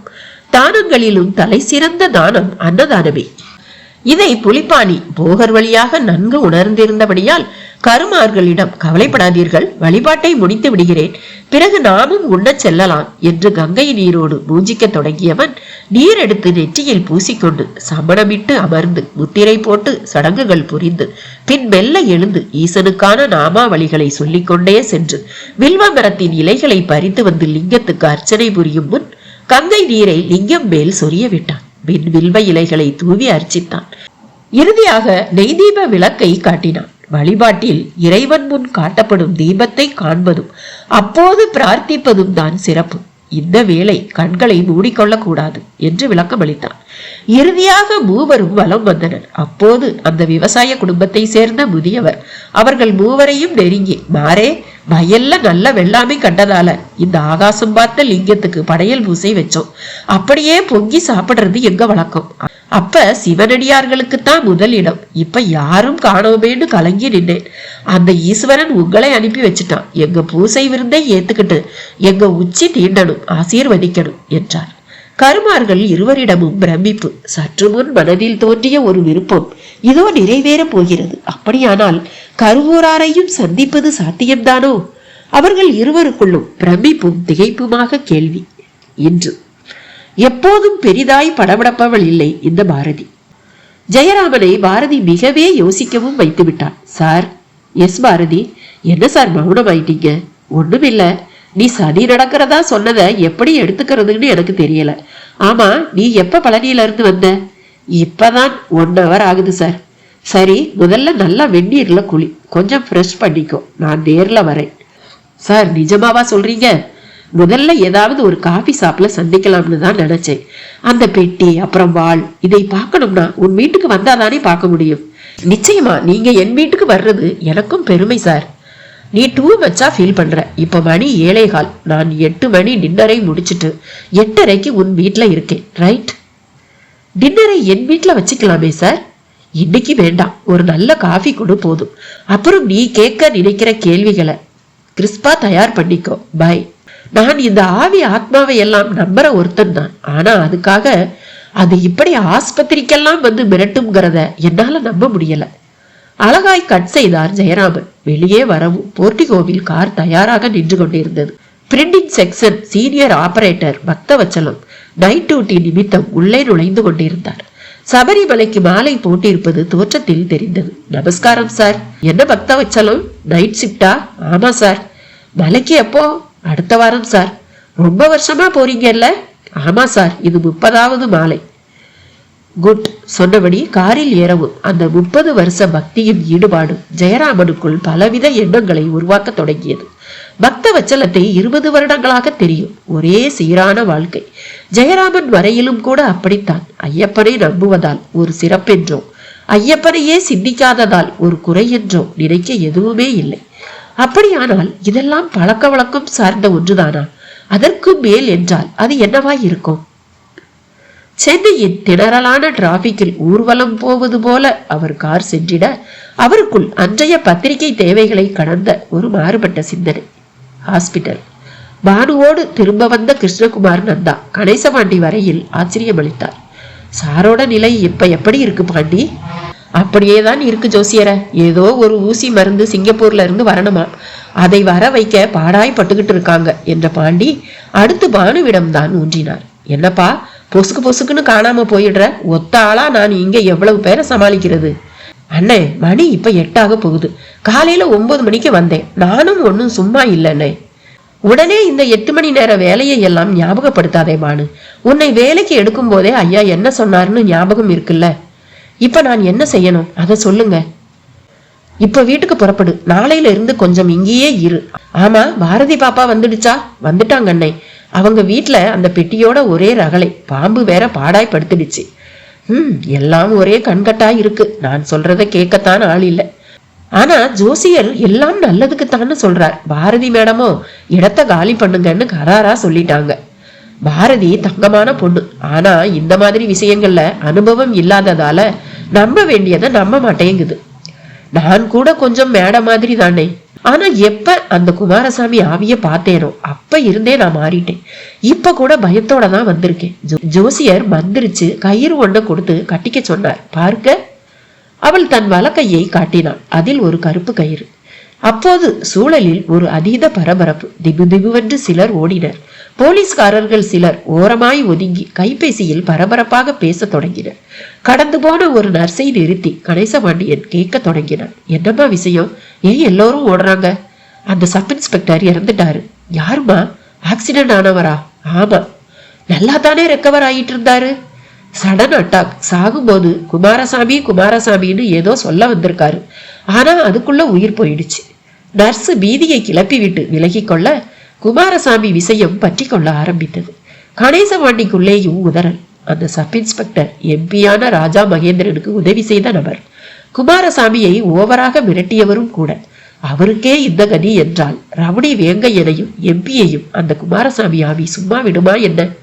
கணேசபாண்டியனை நெருங்கிய பானு அண்ணே என்று கலைத்தாள். சொல்லு பானு, என்னடே இது? பயமா இருக்குன்னு. இந்த ஜோசியர் தான் கருப்பு கயிறு கட்டி இருக்காரே, எனக்கும் ஒரு கயிற்றை கட்டிவிட சொல்லு என்று சலன மிகுதியோடு சொன்னபோது ஜோதிடர் வட்ட கண்ணாடி வழியாக ஐசியூவுக்குள் இருக்கும் ராஜா மகேந்திரனை பார்த்தபடி இருந்தார். இருவரும் அவரை நெருங்கி ஒரு ஓரமாக ஒதுங்கினர். கணேசபாண்டியனிடம் இப்போது பல பல கேள்விகள். ஜோசியர, நான் இந்த ஆவிய ஆத்மாவை எல்லாம் நம்புற ஒருத்தன் தான். ஆனா அதுக்காக அது இப்படி ஆஸ்பத்திரிக்கெல்லாம் வந்து மிரட்டும்ங்கிறத என்னால நம்ப முடியல. நடக்கிறத பார்த்தா நம்பாம இருக்கவும் முடியலையே என்றார் கணேசபாண்டியன். நீங்க நம்புறதும் நம்பாததும் வேற விஷயம். ஒண்ணு மட்டும் நிச்சயம், ஒரு சத்தியமான மனுஷனை நம்ம எம்பி தப்பா தொட்டுட்டாரு. அதுல எனக்கும் சந்தேகமே இல்ல. எம்எல்ஏ ஆறதும் எம்பி ஆறதுமே கோடி கோடியா சம்பாதிக்கத்தான்னு ஆகி போச்சு. அவ்வளவு மக்கள் பணம். ஆனா இப்படி மத்த யாருக்கும் நடந்த மாதிரி தெரியலையே ஜோசியரே. சத்தியமான மனுஷன்னு சொன்னேனே, கவனிக்கலையா? குமாரசாமி மாதிரி நிறைய சத்தியமான மனுஷங்களை நான் பார்த்திருக்கேன் ஜோசியரை. எவ்வளவோ பேர் ரேப் பண்ணப்பட்டெல்லாம் செத்து போறாங்க. ஆனா அப்படி செத்த யாரும் ஆவியா வந்ததா தெரியலையே. அப்படி வந்தா கூட உண்மையில நல்லா இருக்கும். ரேப் பண்ண நினைக்கிறவனுக்கும் ஒரு பயம் வரும் இல்ல பாண்டி? இந்த விஷயத்துல ஒரு கணக்கு இருக்கு. சிலர் செத்த பிறகு ஆவியா அலையணும்னு ஒரு விதியமைப்பு இருக்கு. அப்படிப்பட்டவங்கள்ல ஒருத்தன் தான் இந்த குமாரசாமி. அது ஏன் சிலர் கண்ணுக்கு மட்டும் அந்த ஆவி தெரியுது? மனுஷ பிறப்புல தேவகணம், ராட்சச கணம், பூத கணம்னு பல அடிப்படை இருக்கு. அதே போல தாயோட வயிற்றுல கரு கொள்ளும் போது இருக்கிற நட்சத்திர கதி, கிரக நிலைகள்னு இந்த விஷயத்துக்கு பின்னால சூட்சமமா நாம உணர நிறைய விஷயங்கள் இருக்கு. 3 வயசுல 3000 பக்கங்களை ஞாபகம் வச்சிக்க முடிஞ்ச சக்தியில இருந்து மின்சாரம் தாக்கினாலும் எதுவும் ஆகாத உடம்பு வரை மனித பிறப்புல விதிவிலக்கான அதிசயம்னு நினைக்க வைக்கிற பலர் இருக்காங்க. அந்த பட்டியலை சேர்ந்த சிலர் தான் ஆவிகளை பார்க்க முடிஞ்சவங்களும். என்னென்னமோ சொல்றீங்க ஜோசியர. போகட்டும், நம்ம எம்பி பொழைச்சிடுவாருன்னு இப்பவும் நம்புறீங்களா? எனக்கு அதுல எந்த சந்தேகமும் இல்லை. இல்ல, சப் இன்ஸ்பெக்டர் போயிட்டாரு. அவரு நம்ம ஐயா பேச்ச கேட்டு தப்பு பண்ணவரு. இதே மாதிரிதான் அந்த வேங்கையனும். குமாரசாமி இவங்க கண்ணுல பட்டு பயத்தை உண்டாக்கியே கொல்றதா தான் நான் நினைக்கிறேன். இப்ப இங்க உங்க கூட நான் இப்படி பேசுறத கூட கேட்டுக்கிட்டு இருக்கலாம். நானும் ஒரு பயத்தோட தான் பேசுறேன். நல்லா யோசிச்சு சொல்லுங்க, ஐயா பொழைச்சுக்குவாரா? எப்ப அந்த பெட்டி எம்பியோட பங்களாவுக்கு வந்துச்சோ அப்பவே எம்பிக்கு ஆபத்து இல்லைன்னு தான் அர்த்தம். ஜோசியர, அதுல உங்க நம்பிக்கைப்படி மருந்து இருக்குன்னே வச்சுப்போம். அத இப்ப எம்பிக்கு இந்த ஆஸ்பத்திரியில இருக்கிற நிலையில கொடுக்க முடியுமா? டாக்டருக்கு கொடுக்க விடுவாங்களா? எனக்கு அதெல்லாம் தெரியாது பாண்டி. எம்பி ஜாதகப்படியும் அல்ப ஆயுள் ஜாதகம் கிடையாது. அவர் நிச்சயம் பொழைப்பாரு. நான் உயிரோட இருக்கிற வரை இது நடந்தே தீரும். அலையிற குமாரசாமியோட ஆத்ம சாந்திக்கும் பெட்டியில பரிகாரம் இருக்கும். எனக்கு அதுல சந்தேகம் இல்லை. அதை நான் செஞ்சு காட்டுவேன். கிருஷ்ணகுமார் நந்தாவின் தீர்க்கம் கணேசபாண்டியனை அதற்கு மேல் பேச விடவில்லை. ஆனால் பானு பேச ஆரம்பித்தார். ஜோசியரே, என் கண்ணுக்கு குமாரசாமி தெரிய என்ன காரணம்? நான் நீங்க சொல்ற மாதிரி விசேஷ பிறப்பா? ஆமா, நீ மட்டும் இல்ல, நானும் விசேஷமானவன் தான். நாம இனிமேதான் பல விஷயங்களை சாதிக்க போறோம் பானு. அப்ப தெரியும். அறிவியலுக்கும் ஆத்மீகத்துக்கும் பெரிய வித்தியாசம் எல்லாம் இல்ல பானு. நந்தாவின் உறுதியான பேச்சு ஒரு புறம் இருக்க, மறுபுறத்தில் சப் இன்ஸ்பெக்டர் உடலை பார்க்க பலர் வந்த வண்ணம் இருந்தனர். பலமான அழுகுரல்கள் பலவிதமாக ஒலிக்க தொடங்கின. பங்களாவுக்குள் ஆசிரியர் ஜெயராமன் கார் நுழைந்த அதே நேரம் அரவிந்தனின் காரும் பிரவேசித்து நின்றது. மருதமுத்து 2 காருக்கும் கதவை திறந்துவிட்டு ஒத்தாசை செய்தான். அரவிந்தன் ஜெயராமனை ஹக் செய்து மகிழ்ந்தான். முகத்தில் அதீத பயண களைப்பு. என்ன அரவிந்தன், இப்பதான் வர்றீங்களோ? ஆமா சார், உங்களை இப்ப நான் எதிர்பார்க்கல. நானும் இப்ப இங்க வர்ற பிளான்ல இல்ல. பாரதி தான் போன் பண்ணி பேசணும்னு சொன்னான். உள்ளே நுழைந்தபடி பேசினார்கள். ஹாலில் அமர்ந்திருந்த பாரதி இருவரையும் பார்த்துவிட்டு வேகமாக எழுந்து முன்னே வந்தாள். Welcome sir. தேங்க்யூ. நான் சொன்ன மாதிரியே குளிச்சுட்டு ஃப்ரெஷ்ஷா இருக்க போல இருக்கு. ஆமா சார், உட்காருங்க. காப்பி சொல்லட்டுமா? அடைக்கலாமா? தெம்பாய் குரல் கொடுத்தாள். வணக்கம் சார் என்ற குரலோடு முத்துலட்சுமியும் உள்ளே இருந்து வந்தாள். வணக்கம்மா. என் பேத்தி கொஞ்சம் குழப்பத்துல இருக்கா. என் மனசும் சரியில்லை. பழனிக்கு போயிட்டு வந்ததுல மண்டை உடைஞ்சதுதான் மிச்சம். இங்க ராஜாவுக்கும் சீரியஸ்ன்னு சொல்றாங்க. வீட்லயும் நிறைய குழப்பம். முத்துலட்சுமி விழிகளில் கண்ணீர் எட்டி பார்த்தது. நீங்க பதற்றப்படாதீங்க. வாழ்க்கையில சில நேரங்கள்ல நம்மை சுத்தி இப்படித்தான் என்னென்னவோ நடக்கும். நாம தான் அதையெல்லாம் புரிஞ்சு பக்குவமா நடந்துக்கணும். கவலைப்படாதீங்க, அரவிந்தன் இருக்காரு, நானும் வந்திருக்கேன், என்னன்னு பாக்குறோம். ஜெயராமன் இதமாக பேசியபடியே எழுந்து சென்று பெட்டி வாள் இரண்டையும் பார்க்க தொடங்கினார். வாளை குனிந்து கையில் எடுத்து அதன் என்கிரேவ் செய்யப்பட்ட எழுத்துக்களை வாசித்தவர் வாளை உரையிலிருந்து உருவ தயாரானார். கச்சிதமாய் பாண்டி பாரதிக்கு போன் செய்ததில் பாரதியின் கவனம் அப்போது போனில் செல்ல ஜெயராமனின் கை வாளை உருவி வெளியே எடுத்தது. அன்று மனதில் தோன்றிய கேள்வியோடு கருமார்கள் இருவரும் அந்த விவசாயியின் வேண்டுகோளை நிறைவேற்ற தயாராயினர். சமதளமான பாறை பகுதி மேல் வாழையிலை விரித்து இருவருக்கும் பிரசாத விருந்துணவை படைக்க தொடங்கினாள் அந்த விவசாயியின் மனைவி. காலில் அவள் அணிந்திருந்த தண்டை, கைகளில் அவள் அணிந்திருந்த 5 வளையல்கள், காது பாம்படம், இவை எல்லாமே அவள் குனிந்து நிமிர்ந்து உணவு படைக்கும் போது சப்தமிட்டன. மஞ்சள் கலந்த அரிசி சோறும், மிளகு சாறும், பிரண்டை துவையலும், வெள்ள பொங்கலும், சுட்டெடுத்த பலா காய்களும் என்று விவசாயியின் சகதர்மினி தன் பெண் மக்களோடு கூடி அந்த திறந்த வெளியில் சமைத்திருந்த பதார்த்தங்கள் அந்த வேளையிலான பசிக்கு அமிர்தமாக ருசித்தன. இரு கருமாறுமே சப்பனமிடாமல் குத்துக்காலிட்டு சாப்பிட முற்படவும் புலி அவர்களை திருத்தினான். இனி இப்படி அமர்ந்து சாப்பிடாதீர்கள். சப்பனமிட்டு அமர்ந்து நன்கு முதுகை முன்புறம் வளைத்து உண்ணுங்கள். உண்ணும் போது விரல்கள் மட்டுமின்றி உள்ளங்கையும் சோற்றில் தோய வேண்டும். நன்கு பிசைந்தும் உருட்டியும் நிதானமாக கவனித்தும் ஆழ்ந்தும் அனுபவித்தும் உண்ண வேண்டும்.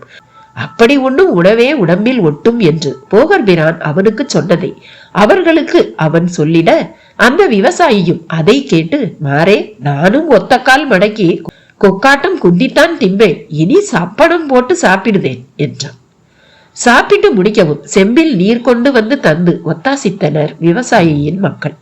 இறுதியாக வெற்றிலை கொட்டைப்பாக்கு இத்துடன் ஒரு தென்னஞ்சிரட்டையில் சுண்ணமும் கொடுத்து வெல்லச் செய்த அந்த விவசாயி திருநீற்று சம்புடத்தை கொண்டு வந்து தனக்கும் தன் மக்களுக்கும் பூசிவிட்டு ஆசி கூற சொன்னான். புலிப்பாணியும், என் குருவின் பேராலே வாழ்த்துகிறேன். இந்த நிலம் விளங்க, உன் குலம் விளங்க, நீ பெருவாழ்வு வாழ்வாயாக என்றான். கருமார்கள் இருவரும் களிப்பில் இருந்தனர். அவர்கள் வாழ்வில் அன்றைய தினம் ஒரு அதிசய தினம். அவர்கள் எவ்வளவோ ஆசைப்பட்டிருக்கின்றனர். ஆனால் எந்த ஒரு விருப்பமும் உடனடியாக ஈடேறியதில்லை. அதிலும் இப்படி ஒரு பிரசாத உணர்வு வெற்றிலை பாக்கோடு கிடைத்ததை எப்படி எடுத்துக்கொள்வதென்றே தெரியவில்லை. அது அவர்கள் முகத்தில் நன்கு தெரிந்தது. புலிப்பாணி கங்கை நீர் கொணர்ந்த காலி குடத்தை எடுத்துக்கொண்டு நாம் குகைக்கு செல்வோம் என்றபடியே அவர்களை பார்த்தான்.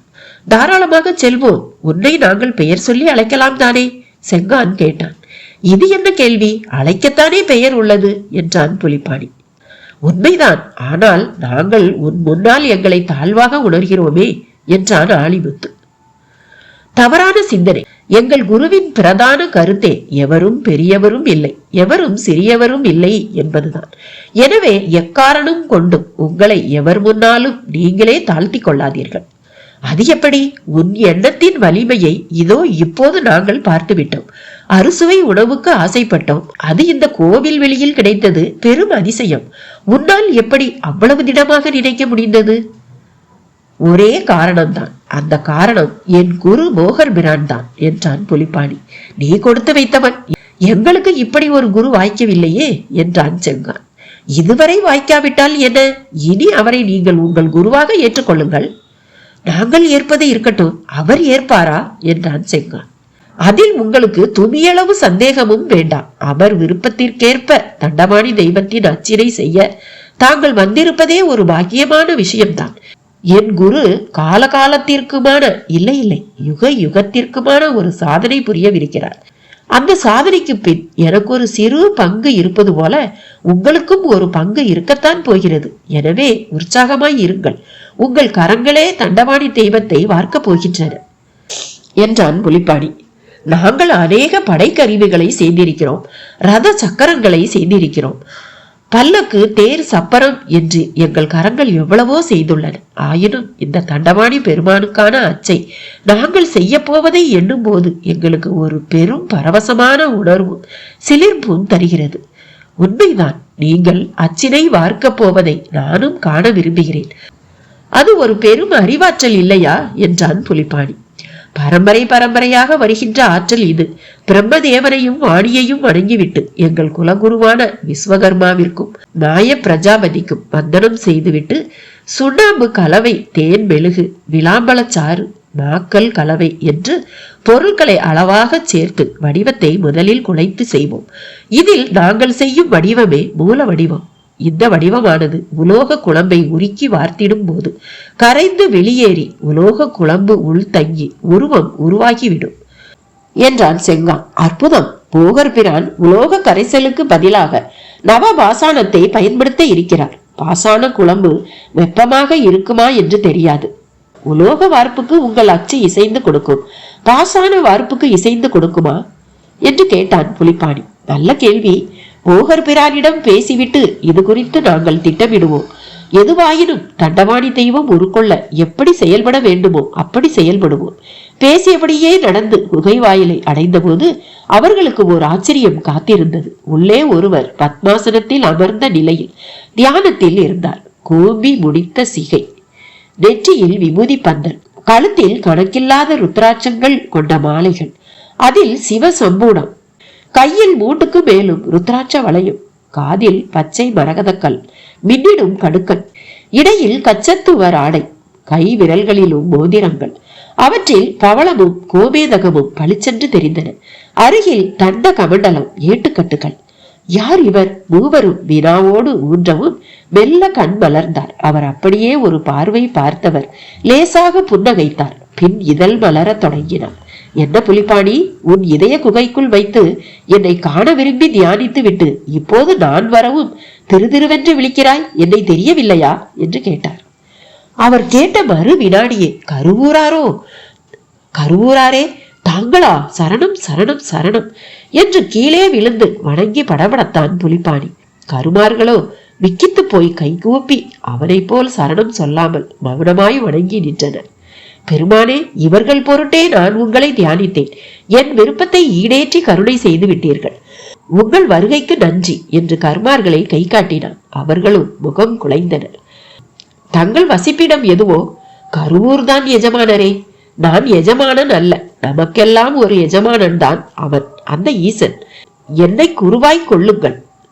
உத்தரவு குருவே, நாங்கள் கொடுத்து வைத்தவர்கள். ஆம், அதில் சந்தேகமே தேவையில்லை. ஒரு சிந்தனையை ஒரு மானுடன் சிந்திக்க கொடுப்பினை கட்டாயம் வேண்டும். முற்பிறப்பில் குருவுக்கு ஒப்பானவரின் கால் பிடித்து சேவை செய்திருந்தாலோ, இல்லை தாய் தந்தையரை முதுமையில் தாங்கி பிடித்திருந்தாலோ, அதுவும் இல்லை ஊருக்கென ஒரு கேணியோ குளமோ வெட்டி தந்திருந்தாலோதான் ஒருவருக்கு மறுபிறப்பில் குருவின் முற்ற துணையும் வழிகாட்டுதலும் வாய்த்திடும். தங்களின் தொடக்கமே பெரும் தகவல்கள் கொண்டதாக உள்ளது குருவே. நாங்கள் பல ஆகம விஷயங்களையும் சிற்பங்கள் குறித்த ரகசியங்களையும் அறியவே தங்களை தரிசிக்க ஆவல் கொண்டோம் என்றான் செங்கான். இவ்வளவு வெளிப்படையாகவா பேசுவீர்கள்? உங்கள் பேச்சில் என் தரிசனத்தை விட என்னிடம் உள்ள விஷயங்கள் பெரிது என்று நீங்கள் நினைப்பதாக தெரிகிறது. அது ஒரு உண்மைதான். ஆயினும் விஷயங்களை விட அதை சொல்பவரே பெரியவர். இந்த தவற்றை நீங்கள் வேறு யாரிடமும் செய்துவிடக் கூடாது. அதனாலேயே உங்களை திருத்துகிறேன் என்றார் கருவூரார். மிகவும் மகிழ்ச்சி குருவே. நாங்கள் கல்வி கற்காதவர்கள். எங்கள் தொழிலே எங்களுக்கான கல்வி. எங்கள் தகப்பன் பாட்டன் முப்பாட்டனே குருநாதர்கள். ஆகையால் குருவின் வலிமையும் பெருமையும் எங்களுக்கு தெரியவில்லை. மன்னிக்கவும் என்றான் செங்கான். இதில் மன்னிக்க எதுவும் இல்லை. தவறு செய்யாமல் ஒரு நல்ல கல்வியையோ பாடத்தையோ ஒருவர் கற்கவே முடியாது. அதே சமயம் ஒரு முறை செய்த தவறை மறுமுறை செய்யாமல் பார்த்து கொள்ள வேண்டும். கருவூரார் மிக இதமாய் மனதுக்கு மிக நெருக்கமாய் பேச தொடங்கினார். அமருங்கள். என்னிடமிருந்து எதையெல்லாம் அறிய விரும்புகிறீர்களோ அதற்கான கேள்விகளை கேளுங்கள் என்றவராய் அவர்களை அமர வைத்தார். புலிப்பாணி நான் நின்றபடியே இருக்கிறேன் என்று நிற்க தொடங்கினார். கேளுங்கள். நீங்கள் எதை அறிய விரும்புகிறீர்கள்? மீண்டும் தூண்டினார் கருவூரார். புலிப்பாணியே முதல் கேள்வியை கேட்கலானார்.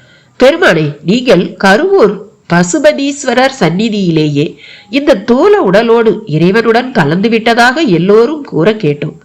அப்படி இருக்க தாங்கள் தூலம் கெடாமல் இங்கு எழுந்தருளியுள்ளது எப்படி? புலிப்பாணி, இப்போது நீ ஒரு அரை சித்தன். அதனாலேயே இப்படி கேட்டிருக்கிறாய். உனக்காக மட்டுமின்றி உலகுக்காகவும் இப்படி கேட்டிருப்பதாக கருதி உனக்கு நான் பதில் கூறுகிறேன். ஆனால் அவ்வளவு சுலபத்தில் புரிந்து விடாது. இந்த உடல், அதாவது எனது உடல், உனது உடல், இவர்களது உடல், ஏன் ஈ எறும்பு என்று சகல உயிரினங்களின் உடலும் காமம் எனும் இன்பத்தின் தொடக்கமே. அதாவது ஆணும் பெண்ணும் ஒருவருள் ஒருவர் இரண்டர கலந்ததன் விளைவே இந்த உடல். ஊசி முனையளவு சுக்கிலமும் சுரோனிதமும் இரண்டர கலந்ததன் விளைவு என்றும் கூறலாம். எப்படி ஒரு கடுகளவு விதைக்குள் ஒரு மாபெரும் ஆலமரம் ஒளிந்து கிடக்கிறதோ அப்படித்தான் இந்த சுக்கில சுரோனிதம் உள்ளும் நாம் ஒளிந்து கிடக்கிறோம். அப்படி ஒளிந்து கிடக்கும் நாம் படிப்படியாக உருவம் கொள்கிறோம். இப்படி உருவம் கொள்ளும் பின்புலத்தில் காலம் என்று ஒன்று உள்ளது. இது காலத்தால் மட்டுமே நிகழும். இந்த காலகதி உயிரினங்களுக்கு ஏற்ப மாறுபடும். இப்போது நான் சொன்ன எல்லாமே பால பாடங்கள். நீங்கள் முன்பே அறிந்திருப்பீர்கள். இப்படி காலத்தால் உருவாகும் உடல் ஒரு கட்டத்தில் தாயை பிரிந்து தானே வளர தீர்மானிக்கும் போது பிரசவம் நிகழ்கிறது. ஒன்று இரண்டாகிறது. இரண்டாகிவிட்ட உடம்பை பஞ்சபூதங்கள் பார்த்து கொள்கின்றன. அதாவது காற்று சுவாசம் தரும், நெருப்பு காட்சி தரும், மண் உணவு தரும், நீர் தாகசாந்தி தரும், வெளி அசைவு தரும். அசைய தொடங்கவுமே வாழ்வும் தொடங்கி விடுகிறது. அசைவுதான் அப்பா வாழ்வு. நன்றாக கேட்டுக்கொள். அசைய தொடங்கிவிட்ட பின் இரு நிலைகள் வந்துவிடும். நான் சொல்வது புரிகிறதா? கருவூரார் சற்று இடைவெளி விட்டு ஏறிட்டார். எதிரில் உள்ள மூவருமே விழித்தனர். அவர் குறிப்பிட்ட இரு நிலைகள் என்பது புரியவில்லை. அது எது என்கிற கேள்வியை முகத்தில் தேக்கி பார்த்தனர். என்ன விழிக்கிறாய் புலி? உனக்கு கூடவா இருநிலை எது என்று தெரியவில்லை? இரு நிலைகள் என்று தாங்கள் குறிப்பிடுவது இப்படி அப்படி என்று கூறுவார்களே, அதையா? அருகில் வந்து விட்டாய் புலி. இப்படி அப்படித்தான். சற்று மெருகேற்றி கூறுவதானால் இடது வலது. இடது வலதா? ஆமப்பா. அசையும் போது ஒரே பக்கமாகவா நாம் அசைவோம்? இப்படியும் அப்படியுமாக, அதாவது நமக்கு இடப்புறம் வலப்புறம் என்று இருபுறமாகத்தானே அசைந்து செயல்படுவோம். அப்படித்தானே செயல்படவும் முடியும். ஆம் குருவே, அதில் எனக்கு சந்தேகம் இல்லை. இந்த இடது வலது என்பது கூட நிரந்தரமானதில்லை அப்பா. ஒன்றிலேயே நாம் இருந்து விடுவதில்லை அல்லவா? பெருமானே, என் கேள்வியை கேட்டு தாங்கள் எங்கோ சென்று விட்டது போல் தெரிகிறது. இந்த இடது வலது குறித்த சிந்தனை இப்போது அவசியமா என்று கேட்டான் புலி. உன் கேள்விக்கு நான் விடையளிக்கத்தான் பேசிக் கொண்டிருக்கிறேன். உன் கேள்விக்கான விடை ஒத்தை வார்த்தையில் இல்லையப்பா. இருந்தாலும் கூறுகிறேன், இது தூல உடல் அல்ல, ஒளியுடல். என்னை தொட்டுப்பார், குழம்ப தொடங்குவாய். கருவூரார் கூறிவிட புலிப்பாணி அருகில் சென்று கருவூராரின் தோளை தொட்டான். ஆனால் தொட்ட உணர்வே இல்லை. வெட்ட வெளியில் கை இருப்பது போலத்தான் உணர முடிந்தது. அவர் இறுதியாக கூறியது போலவே குழம்ப தொடங்கிவிட்டது அவன் மனசு. இன்று வாளை உருவி வெளியே எடுத்த ஜெயராமன் அதை முகத்துக்கு நேராக பிடித்தபடி அதை உற்று பார்த்தார். அரவிந்தன் மட்டும் எங்கே அது வெட்டிவிடுமோ என்று சற்று பயந்தான். பாரதியோ கணேசபாண்டியனோடு போனில் பேச தொடங்கி ஒதுங்கி இருந்தாள். பாப்பா, அந்த சப் இன்ஸ்பெக்டர் செத்துட்டான் பாப்பா. எந்த சப் இன்ஸ்பெக்டர்னு? நம்ம ஐயா பேச்சை கேட்டு அந்த குமாரசாமியை மிரட்டினாரே, அந்த சப் இன்ஸ்பெக்டர் பாப்பா. ஓ, அவரும் ஆக்சிடென்ட் ஆகி அந்த ஆஸ்பத்திரியில தானே அட்மிட் ஆகி இருந்தாரு. அவரா? அவரே தான் பாப்பா. எப்பன்னு? இப்பதான் பாப்பா தகவல் வந்துச்சு. ஆஸ்பத்திரியில திரும்பின பக்கமெல்லாம் இப்ப போலீஸ் தான். ஆக்சிடென்ட்ல காப்பாற்ற முடியாத அளவு காயங்களாண்டே. காயம் ஒரு பக்கம் பாப்பா, ஆவியா அலையிற குமாரசாமி இன்னொரு பக்கம். என்னன்னே திரும்ப ஆரம்பிச்சிட்டீங்களா? பாப்பா, ஏன்னு தெரியல, அந்த குமாரசாமி ஆவி என் கண்ணுல மட்டும் படல. ஆனா பானு பாத்துட்டா. குறிப்பா அந்த சப் இன்ஸ்பெக்டர் பயத்துலதாம அவருக்கு உயிரே போயிருக்கு. போதும் நிறுத்துங்கண்ணே, எல்லாம் இல்லூஷன். தமிழ்ல சொன்னா மனப்பிரமை. சரி, இத சொல்லத்தான் கூப்பிட்டீங்களா? இதுக்காக மட்டும் இல்ல பாப்பா, நம்ம ஐயா வரையில கூட எந்த முன்னேற்றமும் இல்ல. சில விஐபிக்க பார்க்க வந்தப்போ உங்களை கேட்டாங்க. இப்பதான் வீட்டுக்கு கிளம்பி போனதா சொல்லி சமாளிச்சேன். எனக்கே இங்க இருக்க என்னவோ மாதிரி இருக்குதுமா. ஐயாவை காப்பாத்துறதும். அதற்கு மேல் பேசாமல் கணேசபாண்டி பேச்சை வென்று விழுங்க, என்ன சொல்ல வர்றீங்க? இப்ப நான் அங்க வரணுமா? வந்தா நல்லா இருக்கும் பாப்பா. எப்ப வேணா எது வேணா நடக்குங்கிற மாதிரி இருக்கு நிலை. சரிண்ணே, போனை கட் பண்ணுங்க. நான் எவ்வளவு சீக்கிரம் வர முடியுமோ அவ்வளவு சீக்கிரம் வரேன். பேசிவிட்டு பாரதி திரும்பிய போது ஜெயராமன் வாளை பிடித்தபடியே பார்த்து கொண்டிருந்தார். சார். என்ன பாரதி, ஏன் எக்ஸைட் ஆகிற? உங்களுக்கு எதுவும் ஆகலையா? என்ன ஆகணும்? இந்நேரம் ரத்த காயம் ஏற்பட்டிருக்கணுமே. அப்படியெல்லாம் எதுவும் நடக்கல. நீ ரொம்பவே குழம்பி போயிருக்கேங்கிறது சரிதான். உண்மைதான் சார், உங்களுக்கு எதுவும் ஆகலைங்கிறது எனக்கு இப்ப எவ்வளவு சந்தோஷத்தை தருது தெரியுமா? ஆனா இந்த வாளோடையே ஒரு கெட்ட சக்தி இருக்கிறதாவும் அது ரத்தம் பார்க்காம விடாதுன்னு ஒரு ஜோசியர் பீலா விடுறான். அது உண்மையோடு நினைக்கிற மாதிரி பல பேருக்கு ரத்த காயம். அதனாலதான் எனக்கும் குழப்பம். எல்லாத்த பத்தியும் பேசுவோம். எந்த ஒரு சார்பும் இல்லாம சலனம் இல்லாம சிந்திச்சாலே போதும், நிச்சயம் தெளிவு ஏற்படும் பாரதி. பேச்சோடு வாளை உரையில் போட்டு பெட்டி மேல் வைத்த ஜெயராமன் விபூதி வாசத்தை ஆழ்ந்து உணர்ந்தவராக குட் ஸ்மெல் என்றார். இந்த வாசனை கூடவும் இல்ல குறையவும் இல்ல சார், ஒரே அளவுல இருந்துகிட்டே இருக்கு. வா உட்கார்ந்து பேசுவோம். ஆமா, யார் போன்ல? ஹாஸ்பிட்டல்ல இருந்து அப்பாவோட உதவியாளர் கணேசபாண்டியன் தான் பேசினார். ஏதாவது முக்கிய விஷயமா? கேட்டபடியே வந்து ஹாலில் சோபாவில் அமர்ந்தார். எதிரில் அவர்களும் அமர்ந்தனர். இடையில் அடைக்கலம்மாள் காஃபியை வைத்துவிட்டு ஒதுங்கி சென்றாள். ஆமாம் சார், இப்ப அந்த ஹாஸ்பிட்டல்ல என் அப்பா மட்டும் இல்ல, அப்பாவோட கூட்டாளிகள் லிஸ்ட்ல இருக்கிற அந்த சப் இன்ஸ்பெக்டர், அப்புறம் அந்த ரவுடி, இவங்க கூட ஆக்சிடென்ட் ஆகி அங்கதான் அட்மிட் ஆகி இருக்காங்க. Very interesting. தப்பு பண்ணினவங்க ஒரே மாதிரி பாதிப்புக்குள்ளாகி ஒரே ஆஸ்பத்திரியில அட்மிட் ஆகி இருக்காங்களா? ரியலி இது ஒரு ஆச்சரியமான விஷயம்தான் என்று காஃபியை உறிஞ்சினார் ஜெயராமன். சார், இதுல அந்த எஸ்ஐ இறந்துட்டாராம். ரவுடியும் அப்பாவும் மட்டும் போராடிட்டு இருக்காங்க. பாரதியின் இந்த பதில் ஜெயராமனை மட்டுமல்ல அரவிந்தனையும் சுரீர் என்று தைத்தது. ஓ, ஒரு நபர் அவுட்டா? இது எந்த மாதிரி கோ இன்சிடென்ட்னு தெரியலையே. இது கோ இன்சிடென்ட் இல்ல, குமாரசாமி ஆவி செயல்னு கணேசபாண்டி சொல்றாரு சார். இது என்ன புது குழப்பம்? குழப்பமா? நான் எனக்குள்ள என்னை எவ்வளவு உறுதியா பிடிச்சுக்கிட்டு இருக்கேன்னு தெரியுமா? எங்க என் பிடிய நானே விட்டுட்டு எனக்கு ஏதாவது ஆயிடுமோன்னு ஒரு பயம் எனக்கு வந்துடுச்சு சார். நோ நோ, பேனிக் ஆகாத. மனுஷ வாழ்க்கையில எவ்வளவோ அனுபவங்கள், அதுல இது ஒரு விதமான அனுபவம். அதுக்கு மேல இத பத்தி பெருசா நினைச்சு பயப்படக்கூடாது. எனக்கும் புரியுது சார். இப்ப கூட உங்களோட மனம் விட்டு பேச முடியாத நிலைதான். கணேசபாண்டியன் ஆஸ்பத்திரிக்கு கூப்பிடுறாரு. நானும் பழனியில இருந்து நேரா வீட்டுக்கு வந்துட்டேன். இங்க அந்த பாம்பால ஒரே ரகல சார். இப்ப அந்த பாம்பு எங்க தெரியல சார். பல தடவை கண்ணுல பட்டுச்சு. ஆனா யாரையும் கடிக்காததால உயிர் பயம் யாருக்கும் இல்ல. பெட்டிக்குள்ளதான் பெருசா ஏதோ இருக்குன்னு தோணுது சார். ஏன்னா அது பெட்டியத்தான் சுத்தி சுத்தி வந்துச்சு. அந்த ஜோசியன் பெட்டியை திறக்க இருந்தான். பாம்பு இருந்ததால அது முடியாம போயிடுச்சு. அப்ப இந்த இரண்டும் தான் நீ வாங்கின ஆன்டிக்ஸ் ஐட்டங்களா? ஆமா சார், நான் இந்த மாதிரி நிறைய வாங்கி இருக்கேன். அதோ அந்த பெண்டுல கடிகாரம், பெயிண்டிங், தாலிப்பானை எல்லாமே ஆன்டிக்ஸா வாங்கினதுதான் சார். இது எதுலையும் வராத பிரச்சனை இப்ப இந்த பெட்டியாலையும் வாளாலையும் வந்திருக்கிறது தான் ஆச்சரியம். பாரதி சொல்லி முடிக்க அரவிந்தன் ஆரம்பித்தான். சார், இந்த பெட்டிக்கும் ஹாஸ்பிட்டல்ல இருக்கிற இவங்க அப்பாவுக்கும் ஒரு தொடர்பு இருக்கிற மாதிரியும் தெரியுது சார். இது அடுத்த கட்ட ஆச்சரியம். அப்படியா?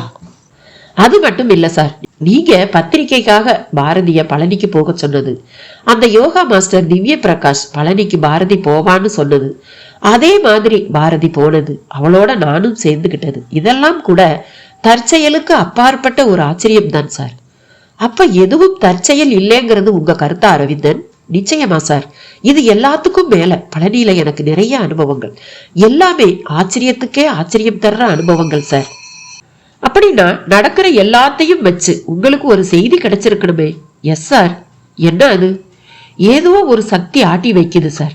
சதுரங்க விளையாட்டுல ஒவ்வொரு காயா நகர்த்தி ராஜாவுக்கு செக் வைக்கிற மாதிரி பாரதிய சுத்தி பாரதியோட இருக்கிற நான், நீங்க, நம்மளை சுத்தி ஒரு விஷயம் நடந்துகிட்டே இருக்கு சார். அரவிந்தன் முடித்த நொடி பாரதி சிலிர்த்தாள். அது எப்படி சார் முடியும்? இதை கேட்கும் போதே எனக்கு எரிச்சலும் கோபமும் தான் சார் வருது என்றான். எனக்குள்ளேயும் இந்த கேள்வி இருக்கு சார். ஆனா நான் இதை புரிஞ்சிக்க முயற்சி செய்யறதால கோபம் வரல. பாரதிக்கு இந்த மாதிரி விஷயங்கள் ஒரு அலர்ஜியாவே ஆயிட்டதால கோபப்படுறான் என்றான் அரவிந்தன். சார், நீங்க சொல்லுங்க, இதெல்லாம் நடைமுறையில சாத்தியமா? பாரதி திரும்பவும் இடையீடு செய்தாள். Wait Bharathi, wait. நாம இப்ப நடந்ததை பத்தி பேசிக்கிட்டு தானே இருக்கோம், எந்த முடிவுக்கும் வந்துடலையே. அதுக்கு இல்ல சார், தப்பான டைரக்ஷன்ல போக தொடங்கிட்டா அப்புறம் அதுவே ஒரு பெரிய தப்பா ஆயிடாதா? சரி, அரவிந்தன் ஒரு சக்தி ஆட்டி வைக்குதுன்னு தன் கருத்தை சொல்லிட்டாரு, நீ என்ன சொல்ல வர? எனக்குத்தான் குழப்பமா இருக்குன்னு சொல்லிட்டேனே சார். அப்ப உன் பதிலை விட அரவிந்தன் பதில் தான் எனக்கு சரியானது. குழப்பம் எதுக்கும் பயன்படாது இல்லையா? அப்படி இல்ல சார், குழப்பம் எனக்கு மாய்மாலமா நடக்கிற இந்த விஷயங்கள்ல மட்டும்தான். மற்றபடி என்ன சுத்தி ஒரு சதி நடக்கிறதா தான் நான் நினைக்கிறேன் சார். சதி? இதை நீ ஏற்கனவே சொல்லிட்ட, அது யாரா இருக்கும்னு நினைக்கிற? செத்துட்ட குமாரசாமி குடும்பத்தை சேர்ந்த யாரோ தான் சார் செய்யணும். என் அப்பாவால ஏற்பட்ட பாதிப்புக்காக பழிக்கு பழி வாங்க அவங்கதான் ஏதோ செய்யறாங்கன்னு தோணுது. அப்பாவுக்கு நிறைய எதிரிங்க இருக்கலாம். ஒரு அரசியல்வாதிக்கு எதிரிகள் நிறைய இருக்கிறதுல ஒன்னும் ஆச்சரியமும் இல்லை. அதுல எனக்கு தெரிஞ்ச எதிரின்னா அது இறந்து போன குமாரசாமி குடும்பம் தான். அப்பாவோட அதிகாரத்தோட மோதி ஜெயிக்க முடியாத நிலையில தந்திரமாவும் புத்திசாலித்தனமாவும் நடந்து ஒரு பீதியை உருவாக்குறாங்களோன்னு நான் நினைக்கிறேன் சார். மற்றபடி குமாரசாமி ஆவி தெரியுது, அது சிலர் கண்ணுக்கு தெரியுது, சிலர் கண்ணுக்கு தெரியலங்கிறது எல்லாம் ஆகாச முருடா சார். அப்படி மட்டும் ஒரு மனுஷன் ஆவியா வர முடியும், தனக்கு துரோகம் செஞ்சவனை மிரட்டி பழிவாங்க முடியும்னா என் அப்பா குமாரசாமிக்கு செஞ்ச துரோகத்தை விட பல மடங்கு துரோகம் செஞ்சவங்க 100 கணக்குல வாழ்ற நாடு சார் இது. அப்படிப்பட்டவங்களால இறந்து போன எல்லோருமே வந்து துரோகிகளை ஒழிச்சு கட்டி இருப்பாங்க. அதை பார்த்து இந்த உலகமே துரோகம்னாலே நடுங்க ஆரம்பிச்சிருக்கும். கோர்ட்டு, நீதிபதி, ஜெயில், தூக்கு மேடை எதுவுமே நமக்கு தேவையும் இருக்காது. ஆனா இங்க அப்படியா இருக்கு? உங்களுக்கே நல்லா தெரியுமே சார், இங்க எப்படியெல்லாம் துரோகிகள் இருக்காங்கன்னு. பாரதியின் கேள்விக்கு ஜெயராமனால் ஒரு பதிலை உடனே சொல்ல முடியவில்லை. ஏனென்றால் அது அப்படி ஒரு சரியான கேள்வி. அதே வேளை பாரதிக்கு திரும்பவும் தொலைபேசி அழைப்பு. இந்த முறையும் கணேசபாண்டி தான் பேசினார். பாப்பா, அந்த ரபடி பயலும் செத்துட்டான் பாப்பா, அடுத்து நம்ம ஐயாங்கிற மாதிரி தான் எனக்கு தோணுது. பாரதிக்கு உடல் நடுங்க ஆரம்பித்தது.